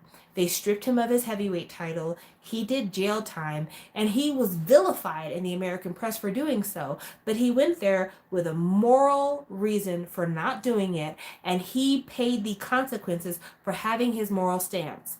He didn't try to run to Canada to avoid the draft. He didn't try to lie and say, oh, I can't do it because my ankle is bad. He didn't use any excuse at all. He just said, I am politically opposed to this, and whatever consequences I have to face for that political opposition, I'm willing to do. And that's what he did. And I can respect it. And that's the reason why Muhammad Ali died a hero to a lot of people, because they felt like he was a man that stood by his word. So that's the reason why I say, like, I would respect it if it came with the accompanying kind of like statement. And if he was willing to be if he had said, I'm willing to let you guys put me in jail for 18 months rather than going to the military for 18 months, if he had done something like that, then great. That's not what he did. And that's the reason why I say you can't really respect it. You can't really respect it. It was just him trying to keep from having to do the thing that other people do. And what's infuriating about it is that now you have somebody like Taemin who got back from the military and did have an incident that caused him to have to change the nature of his military enlistment. And there are going to be people who are going to look at him as a draft dodger because they're going to think that he took the same route that Robbie did. And then Taemin's going to have to end up going on a television show or something else, and he's going to have to bare his soul and tell all his secrets to keep people from accusing him of being a draft dodger. So, fuck you very much, Robbie. Appreciate your help. Also, I found out something that I did not know. Okay, so, how many of you have heard of Martin Luther King? I feel like a lot of you have, most of you have. I was on Twitter the other day, and I was reading this thread about the King family. And Martin Luther King Jr. has a father, Martin Luther King Sr. He had a brother named Marvin, and I think it's Marvin. I think that's his name. Either Marvin or Robert. Don't hit me up on this. Anyway, they were talking about like the tragedy of the King family. Apparently, according to this thread, and you guys can look it up on your own time. I'm not saying this is my information. It's what I read on thread. Martin Luther King Jr. was shot at the hotel, the Lorraine Hotel, but did not die at the Lorraine Hotel. He died at the hospital. But apparently, the King family sued the FBI because a nurse at the hospital saw two men in black go into his hospital room and be in there, and then all of a sudden he was dying, and they believe that he was strangled or smothered to death in his hospital room. Did not know that. Did not know that the King family had won money from the FBI for their lawsuit. Also, his brother Marvin unexpectedly died in a swimming pool, drowned in the swimming pool at his house. Supposedly a very strong swimmer. They claim he died of heart disease. The family thinks he was assassinated. Then, the wildest part of this story, 6 years after Martin Luther King Jr. died, his mother was shot and killed on a Sunday morning by an assassin. Real talk.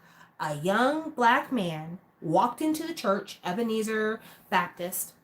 Martin Luther King Sr., the father, was preaching in the church at the podium, wife sitting in a chair next to him, minding her business, being the first lady of the church. Guy walks in, starts firing, kills her. Mother, 2 sons, gone. That's crazy. I did not know this. No one in school ever told me that his mother was shot and killed. And apparently the guy who shot and killed her said that he did it because he was against Christians, so that's why he killed her. Because she was a symbol of Christianity. Wild. Also, the assassin looked wild. Like, I saw his mugshot. He looked crazy. But yeah. And I know crazy is derogatory. I'm sorry. I'm not trying to offend anybody with mental health issues. I'm just saying he looked wild. Like, big bug eyes. He looked wild. Every time they took him to court, big smile on his face. Crazy. But yeah. That is a piece of history I did not know until, like, literally yesterday. And I was shook. I had to go on the Google machine to see if that was true, and it totally is. Is there any other K-pop stuff I need to talk about, guys? Because, like I said, it's been a while since I've done a live, so there's things that I've missed, and I probably need to talk about them, and I just haven't. So, yeah.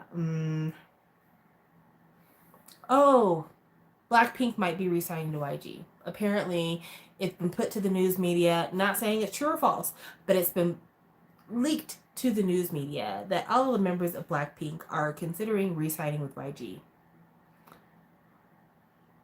Yes, I heard about that. That Martin Luther King felt like his "I Have a Dream" might have turned into a nightmare. I think that, not to get on my political high horse, but I'm going to put it out there. I think that one of the things that has been the most frustrating about the legacy of Martin Luther King is that one of the reasons why the "I Have a Dream" speech has been so lauded in contemporary media is because of his inclusion of white children as a part of the speech. I'm not trying to be racist. Follow me where I'm going. He talks about, I had a dream of little black babies and little white babies being able to play together.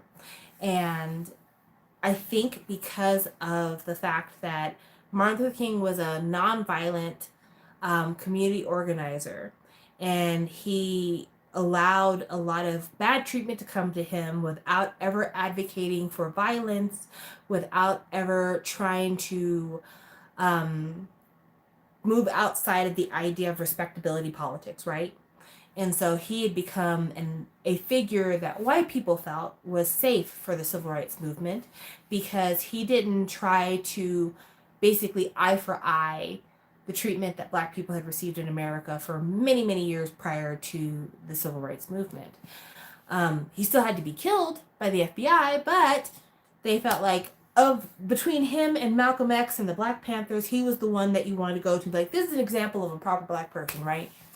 But Martin Luther King also felt like because his image had kind of been so sanitized, and because of this speech kind of like making place for white people, that they missed the point. The point wasn't, oh, we need to make sure we save space for white people when we're talking about equality for black people. That wasn't the point. The point was, I would like to see a day when people are seen as people in all aspects of society. Whether you are black, whether you're white, whether you're poor, whether you're rich, whether you're a man, whether you're a woman. I'd like to see a day when whatever you're able to contribute to society is respected. And you're treated based on the idea that you are a person. And that wasn't the way it was taken. The way it was taken was he just wants us to all get along. Like they took it as a Rodney King, like let's all just get along. And it made it to where they missed the point. In order for us to get to that place and to phrase it as a dream, you're calling it a dream because it seems impossible. Because the world we live in won't allow that to happen. But if we could get to that place, it takes sacrifice on behalf of everybody who's a part of this system. It takes reevaluating what the system is and how the system has affected communities of color and communities that have been underprivileged for a really long time. And it also requires people to give up their power systems in order to make this dream a reality. And that was something that was never going to happen. So you have this nice, pretty speech that I'd be like, this is the dream. But without thinking, why is this a dream? Why can't we make this a reality? It can't be a reality because no one's willing to put in the work. No one's willing to really have the hard discussions. And another thing that a lot of people don't take into consideration, that Martin Luther King wasn't just advocating for the rights of Black people. One of the last big things he did before he died was trying to advocate for unhoused people. Like, he really was, like, he had the heart of a community leader. And it's a shame what happened to him, what's happened to his family. It's a shame the way his image has been manipulated and used way outside of what he ever intended it to be. Like, literally, excerpts from his speeches were used on Justin Bieber's Justice album. Like, what the fuck? Seriously, what the fuck? So, it's unfortunate. It's unfortunate. But I could talk about that stuff all day long, and that is not what y'all are here for. But I will just say, seriously, you know, when the pandemic first happened, the summer after March 2020, we had the George Floyd incident, we had marches, we had all kinds of things happen. And I remember at that time, a lot of people had a big problem with Black Lives Matter, because the whole thing was, well, if Black Lives Matter, what about other lives? And people were very obtuse, saying, you know, if you say Black Lives Matter, then you're saying that other lives don't. And that's not what that saying means at all. It's just saying we can't be disregarded as people. We count, right? But in giving that narrative of, well, if you say Black Lives Matter, what about other lives? All lives matter. That deflection was adopted by people who did not believe that the communities that they loved would be affected by this new politically bigoted wave. And the way that has now come to fruition is that initially the targets of brutality and state violence were maybe Black people, maybe brown people. Now it is trans people. It is children. It is them not just taking away our ability to protest in the street. It is them not providing full educations for our kids, not allowing them to have books, not allowing them to say, I come from a single-sex household because I have two single-sex parents who are in love with each other. It has manifested in a culture war that has been used to manipulate poor people, both white and brown, that has been used to avoid having conversations about the way Trump basically sold America to corporations. All these random train crashes we've been having in America are because Trump lessened the regulations for rail companies. And now you've got towns on fire, poisoned water, poisoned air. Like,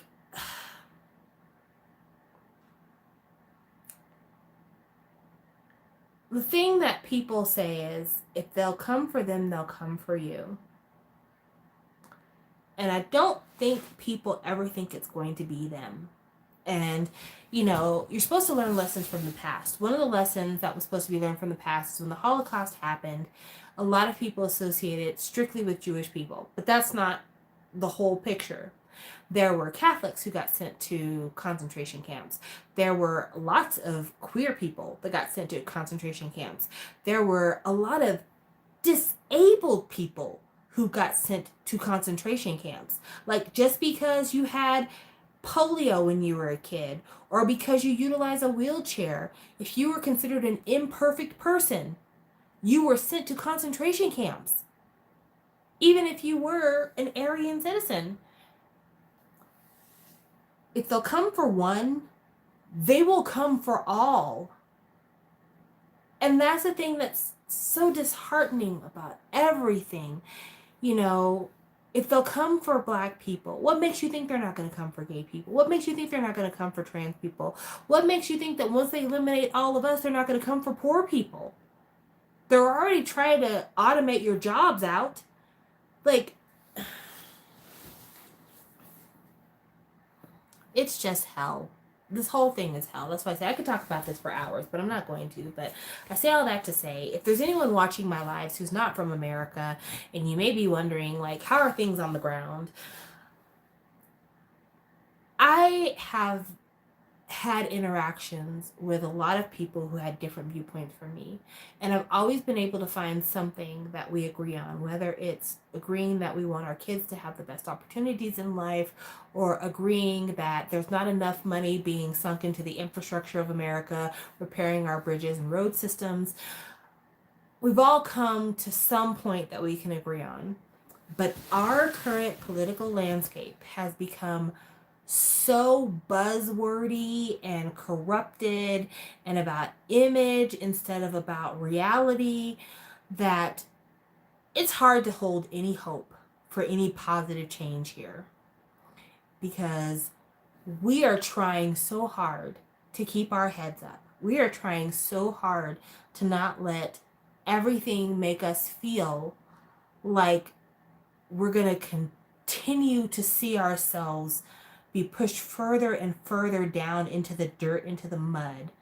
But every person we see on TV is arguing about something that does nothing to enrich the lives of people right here in our nation, right here, who have to work every day. The things that the government could do to help me have nothing to do with trans children, has nothing to do with banning queer books in school. The things that the government could do right now to help me have everything to do with healthcare, have everything to do with the cost of secondary education, have everything to do with job opportunities, have everything to do with climate change, has everything to do with trying to maintain a future for our people, has everything to do with police reform, has everything to do with the prison, the preschool to prison pipeline that a lot of brown people face. And I'm not saying I don't care about trans people, because I absolutely care. I absolutely care about queer rights. I have queer people who I'm very close to, so of course I care. But I say all that to say, I don't want my politicians to be putting forth laws about how to combat critical race theory, that they don't even know what that means. I don't want to have politicians arguing about woke politics when they don't know where woke comes from. Woke doesn't even mean what people think it means. Do you know where woke comes from? Woke is a term that started in the black community that meant stay woke. And the reason why that term was used is because when black people got out of slavery, there were these things called sundown towns, and they were towns that were all white towns that a black person needed to make sure if they ever went through that town or near that town, they got in and out of there as fast as they can, and they were never near that town once the sun went down, because things would get bad and ugly. And so people would say stay woke, meaning make sure you're always looking around, make sure you're always watching your back, make sure you're always paying attention to where you are so you don't find yourself in a situation that is dangerous. That is literally what woke means.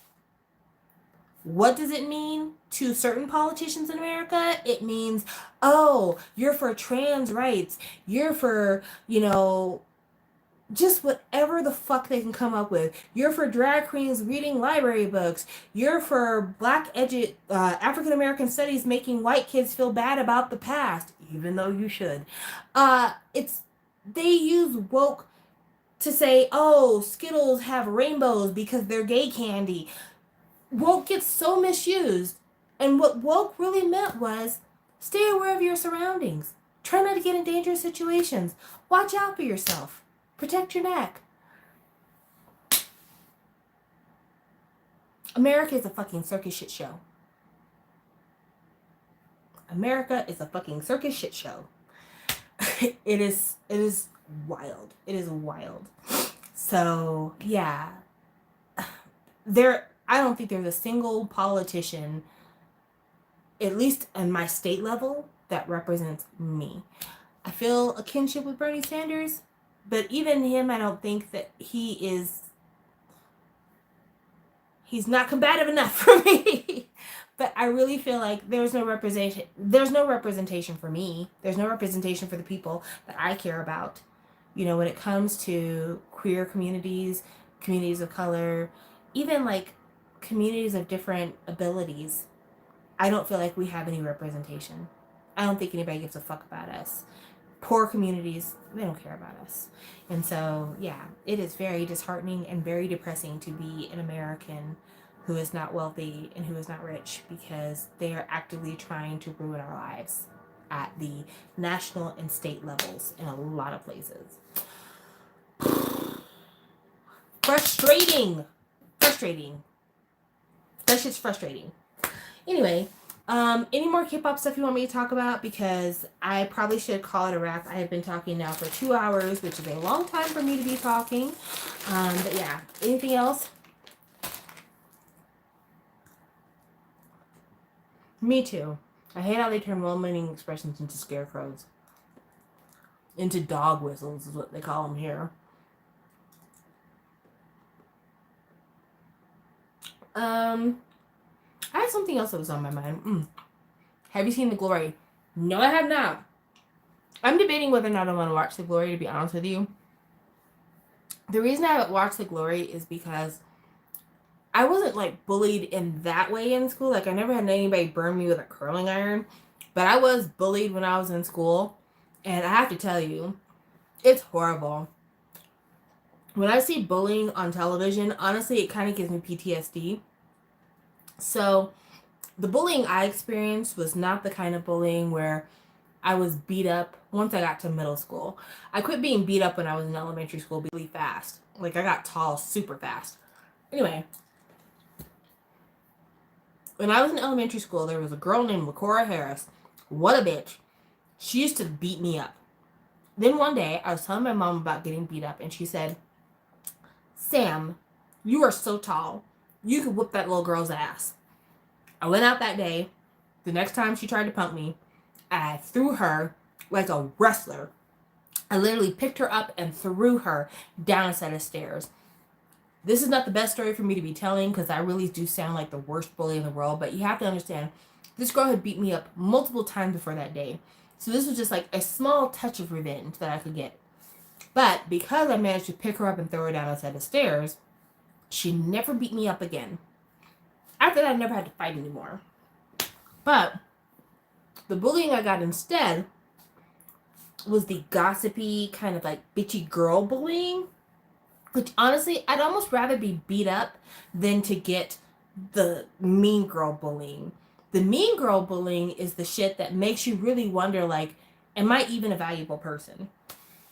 So, my first touch of mean girl bullying was when I was in like the 6th grade. When I was in the 6th grade, I was pretty developed for my age. Like, I had started my menses pretty early. And so by the time I was in like the 6th grade, I had like a full C-cup boob.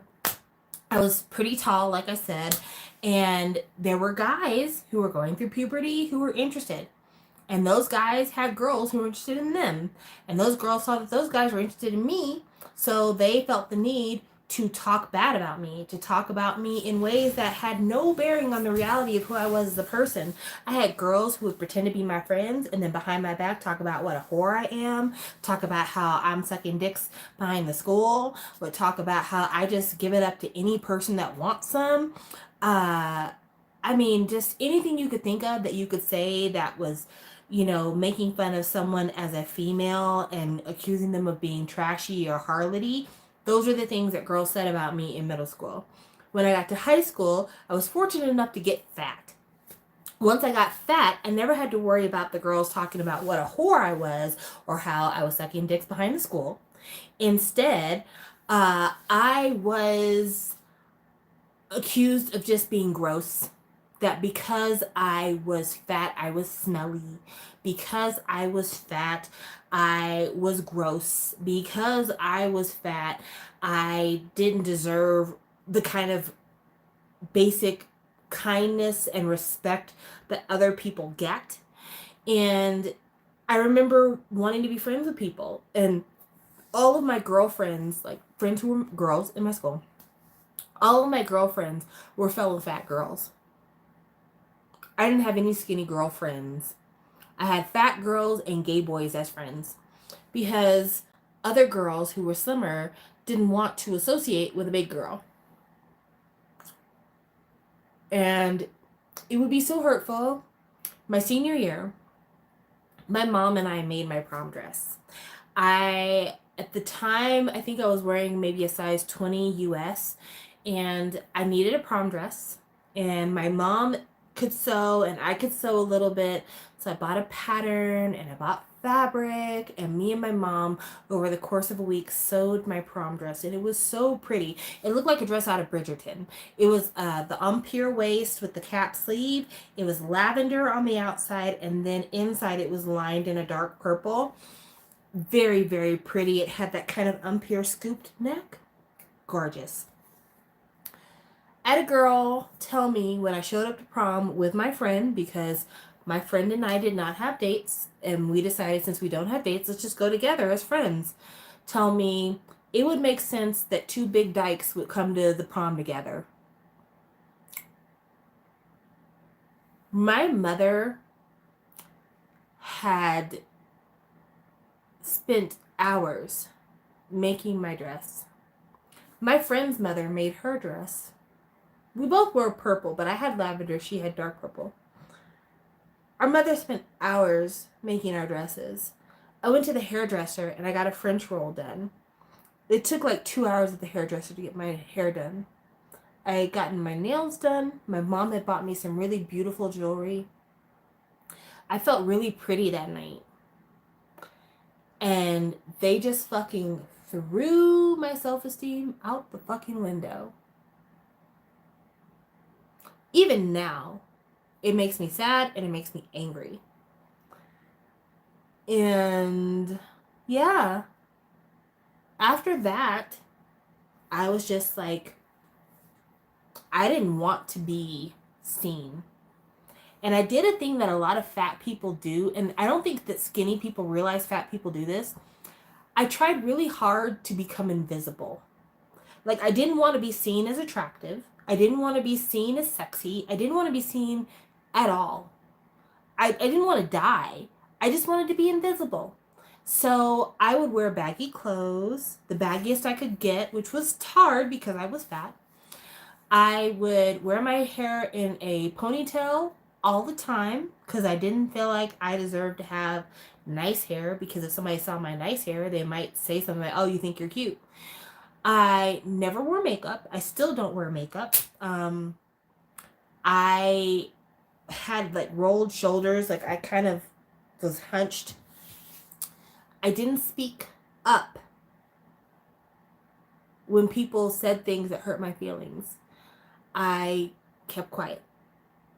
And I lost a lot of very productive years trying to make myself invisible. And then I went to college, and my mother told me that there was this surgery I could get, a gastric bypass surgery. And if I got it, I would lose a whole bunch of weight. And at the time, the only person that had gastric bypass surgery that was a celebrity that I knew was one of the Wilson sisters. There was a group called Wilson Phillips, and it was two girls who related to Brian Wilson and one girl related to John Phillips from the Mamas and the Papas. Anyway, one of the Wilson sisters had gotten gastric bypass, and she had lost a ton of weight. My mom's like, I have insurance. I can get this for you. And I had a gastric bypass surgery, and I lost a ton of weight. I gained a lot of that weight back over the years. I'm in my 40s now because of pregnancy and stuff like that, but I gained that weight back. But when I had that surgery, I remember losing the weight and having to like buy new clothes and stuff like that to accommodate the weight I lost. Because when I had the surgery, I lost over 100 pounds. Like, I lost a lot of weight. And I remember, without me even trying, people starting to see me. I remember having like just random dudes come to me and be like, hey girl, what's happening? And being like, I'm sorry, are you talking to me? And without me trying to, all of a sudden becoming visible. And I remember at first feeling like really good about that. Like really feeling like, hey, somebody is cute. What's up? What's up? But then later on, realizing like, I'm pissed. I'm mad. I'm mad. And you know why I'm mad? I'm mad because I'm still me. The only thing that shifted on me was 100 pounds. Other than that, I got the same face. I got the same hair. I got the same mind. Nothing else has changed about me. But now you see me? You mean I've been sitting here invisible when I had 100 extra pounds? When I took up more space, literally, I was invisible. But now that I'm smaller, you see me. Now that I'm smaller, I deserve respect. Now that I'm smaller, I deserve to be your friend. I deserve to be seen on your arm. I deserve to be a sexual object. That is what radicalized me. More than being a girl who used to work at a gay bar, more than having a gay best friend, more than having a trans friend when I was growing up, more than any of that, that is what radicalized me. That is what made me the person you see right now. That's what made me speak up. That's what made me decide I'm not invisible no more. I'm here, and my voice is here, and my opinions are here, and you're gonna get them. You're gonna get them. Because it's bullshit that 100 pounds should make the difference whether or not I deserve to be considered as a human being. So yeah, it changed my life. And as the parent of a larger child, I have to say, when my child had started to gain weight, I was like, girl, don't do it. Girl, don't do it. Because I remembered the indignity of being an overweight teenager.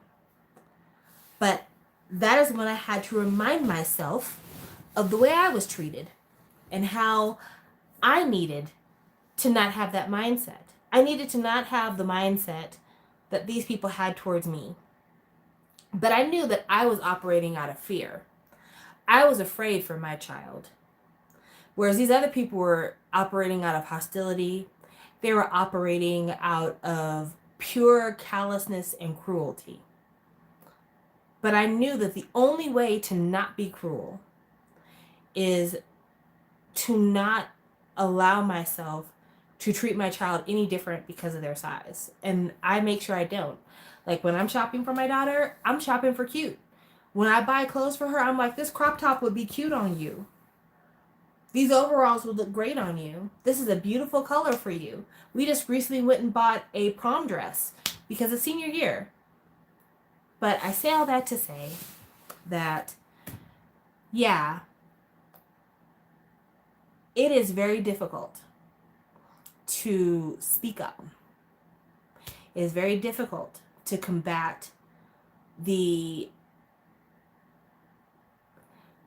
self-esteem issues that other people will give you.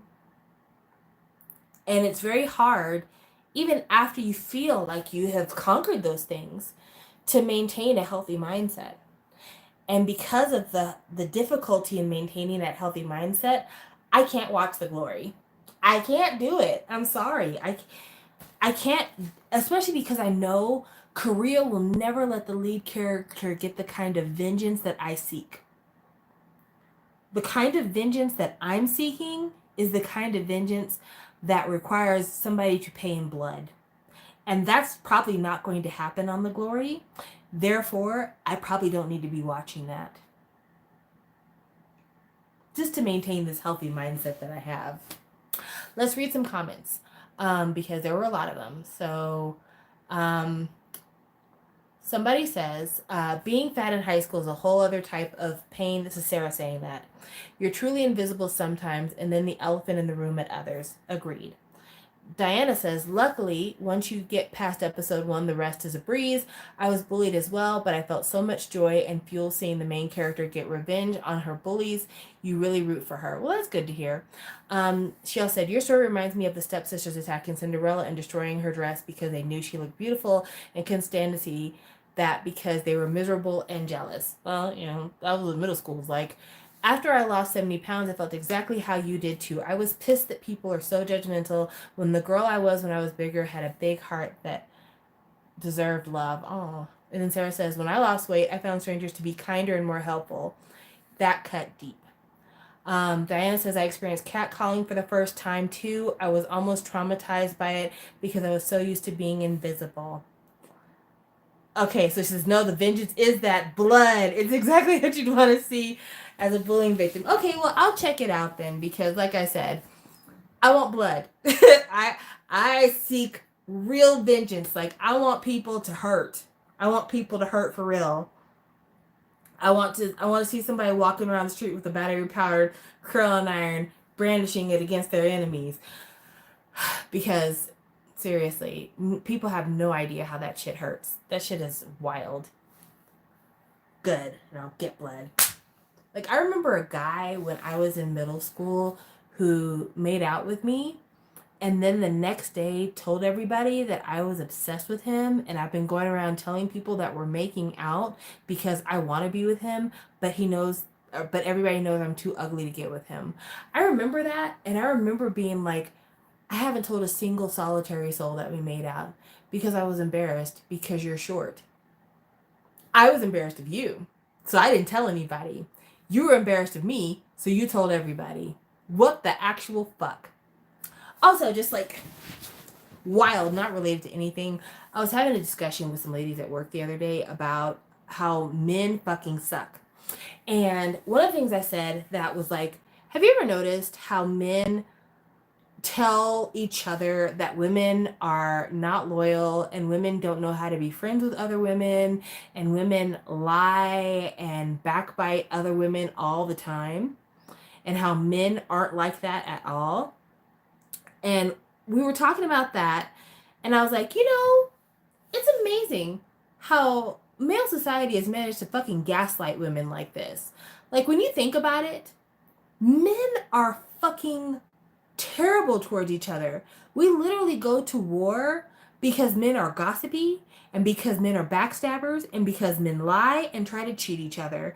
Literally, tycoons of business, the Bertie Madoffs of the world, liars, cheaters, backstabbers, all men in powerful positions. But we are told by male society that women are the ones who are disloyal and are the ones who can't be trusted and are the ones who don't treat other women nice. And we've got this mentality that a lot of like pick-me type girls have, like, I can never be friends with women because women are jealous and they don't know how to be friends with other women. And it's like, these men have been gaslighting y'all. Like, seriously, these men have been telling you this, and I'll tell you why they tell you this. They gaslight you into believing that other women are disloyal and evil and jealous, because when they do evil shit to you and your friends tell you that man you're dating is doing evil shit to you, the first thing that man will say is, she's just jealous and wishes she had a man like the one you got. Like, literally, generations, hundreds of years of women have been fucking gaslit by men by this mentality that they spread about how women aren't friends to other women and women betray other women. But they do that way when they do bad shit to us, and other women try to give us the tea, we won't believe them. It's wild. It is really wild how these men have fucking brainwashed us. I feel like we should have it to where society divides men and women from birth, and we don't meet each other until we're in our 30s. And we just spend our whole time only with people who have the same gender identity as us. And we stay in these like communities until we're 30. And we only meet at 30 to determine whether or not we want to go into an integrated society or not. Because I'm telling you, there are men that I trust, but the men that I trust tend to be gay men. I'm not saying that straight men aren't trustworthy. I'm just saying the ones I tend to trust usually turn out to be gay men, whether I know it from the beginning or not. It just so happens to be the way that the cookie crumbles. But yeah, men are ridiculous. Did y'all see that TikTok wedding proposal? Like, apropos of nothing, but did you see that guy who was proposing to his what? No, it wasn't even a proposal. It was his fucking wedding vows. They're like literally in front of all their friends and family. She's wearing a beautiful wedding gown. Her hair is like pink and purple. She's gorgeous. He's got on a suit with a vest and everything. Pulls out his fucking wedding vows and is like, my favorite part of the day is when we put the kids to bed and you've got the headboard banging and the sounds of headboard banging and gagging happen. And he's like, there's only two things I need to make me happy in a marriage. Keep my balls empty and my stomach full. You need to work on your cooking. I couldn't be with anybody else in the world unless Margot Robbie gave me a chance. And then ends his vows by saying, because you make such great decisions like choosing to marry me, tonight you get to decide whether you're going to be a toaster strudel or a Twinkie. Meaning, am I going to ejaculate on you or in you? And his mother is the officiant of the wedding, and his two children are in the audience for the wedding. And these are the vows that he decides to share with friends and family. When I tell you a society without men, I'm willing to go there. I'm willing to go there, cause fuck out of here, man. Like, if my mother went to my wedding and the man I was marrying said some shit like that, she would snatch me by my arm and pull me away from the wedding. We would never have a chance to get to the you may kiss the bride. It would have been over. It would have been over.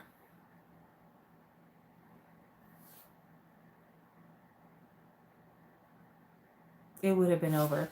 So Sarah says the way she was defending him was so sad. My father would have personally walked up there and knocked him cold. She was saying her dad loved it. Then your dad's a jerk too, and no wonder you married a jerk because you had poor role models. I would never let my child marry a man who said some disrespectful shit like that. I would never, never, never let my child marry somebody who says some disrespectful shit like that. Especially not when we got our family here, grandma's in the audience, and this is the shit you choose to say. So Diana says, part of me wants to blame women for accepting the bar being so low. Men don't even want to pay for a woman's dinner or even give a girl the title of girlfriend. Not wife, girlfriend. Situationships benefit men. You know, I would blame women, but I mean, imagine how much this behavior has been reinforced to girls from jump. Like, when little girls are born, or at least when children who are identified at birth as female are born, the first thing people do is put them in frilly dresses and tell them how cute they are. And we don't talk about how smart our baby girls are. We talk about how pretty they are, how cute they are.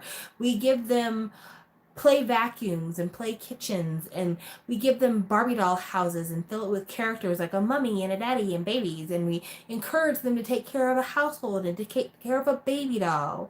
And we don't give them Legos, and we don't give them pretend drills, and we don't give them pretend saws, and we don't encourage them to like be stunners at math and science, and we let them believe that their greatest goal in life is to become somebody's wife. And we encourage the Cinderella type fairy tales of one day you're going to meet your prince, and the media that girls had For years, you could not find a single girl movie that didn't have a romantic subplot.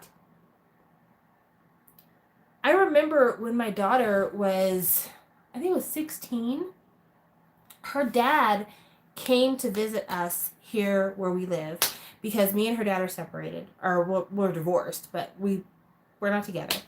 He came to visit us during one of her spring breaks, and we were watching the Disney movie Brave, which, if you've never watched Brave, it's about a little girl who, well, she's a teenager. She's a teenager. And her parents want to marry her off to the most desirable suitor. She does not want to get married. Her mother wants her to be married. So she goes to like a witch in the forest, like, can you give me some type of enchantment that will show my mom my point of view? The enchantment turns her mother into a bear. They have adventures of her and her mother through the forest while her mother is turned into a bear, trying to figure out how to turn her mother not into a bear. Eventually, they get to come to an agreement about each other. They get to know each other's point of views more, and she's not forced to marry anybody at the end of the movie. My ex-husband, who I thought was a fairly open-minded person, but apparently I was fucking wrong, thank God we're not together anymore, says, you know, none of this would have happened if she just done what her parents told her to do. And I'm like, you mean marry somebody when she doesn't want to get married? He's like, yeah, it's her fault because she tried to go against her parents. And I remember thinking, how the fuck did we have a child together? Like, seriously. Was I blind? Was I dumb? Thank God our child didn't take after you. But yeah, it's rough out here. These little girls, they need idols. Maybe not K-pop idols, but they need idols. Some K-pop idols. Some of the other ones can go to hell. Him-chan, I'm talking about you. Anyway, this has been lovely. Thank you for indulging me in my kind of political, feminist ranting and raving. I mean, if you've been following me over the years, I don't think anything I've said to you has seemed out of character for me. And hopefully we will talk again soon. I haven't ordered anything. I haven't ordered a copy of Onew's album in Japan just yet. I haven't gotten any of Onew's Japanese albums, to be honest with you. I need to catch up on that, but it's senior year, so I'm paying for prom dresses and cap and gowns and stuff like that. So I have different like fiscal priorities right now. But yeah, I need to do some Japanese ordering eventually. It'll come up. Also, I have to see Beyonce this summer. I have tickets, so I gotta pay for hotel rooms and that kind of stuff. So yeah, I'm pretty booked. I don't think I'll be buying his Japanese stuff for a minute. And when I do buy it, I'm probably gonna buy it on the secondhand market because, you know, a girl's gotta save some money here and there. But outside of that, the next time something important comes up in K-pop, I'll try to make sure I am live and talking to you guys because it is important to me. But right now, I gotta go to sleep. So thank you guys for indulging. Thank you for following me along on these discussions that have nothing to do with K-pop. And I will talk to you later. The new Barbie movie is coming out soon. I cannot wait. Bye!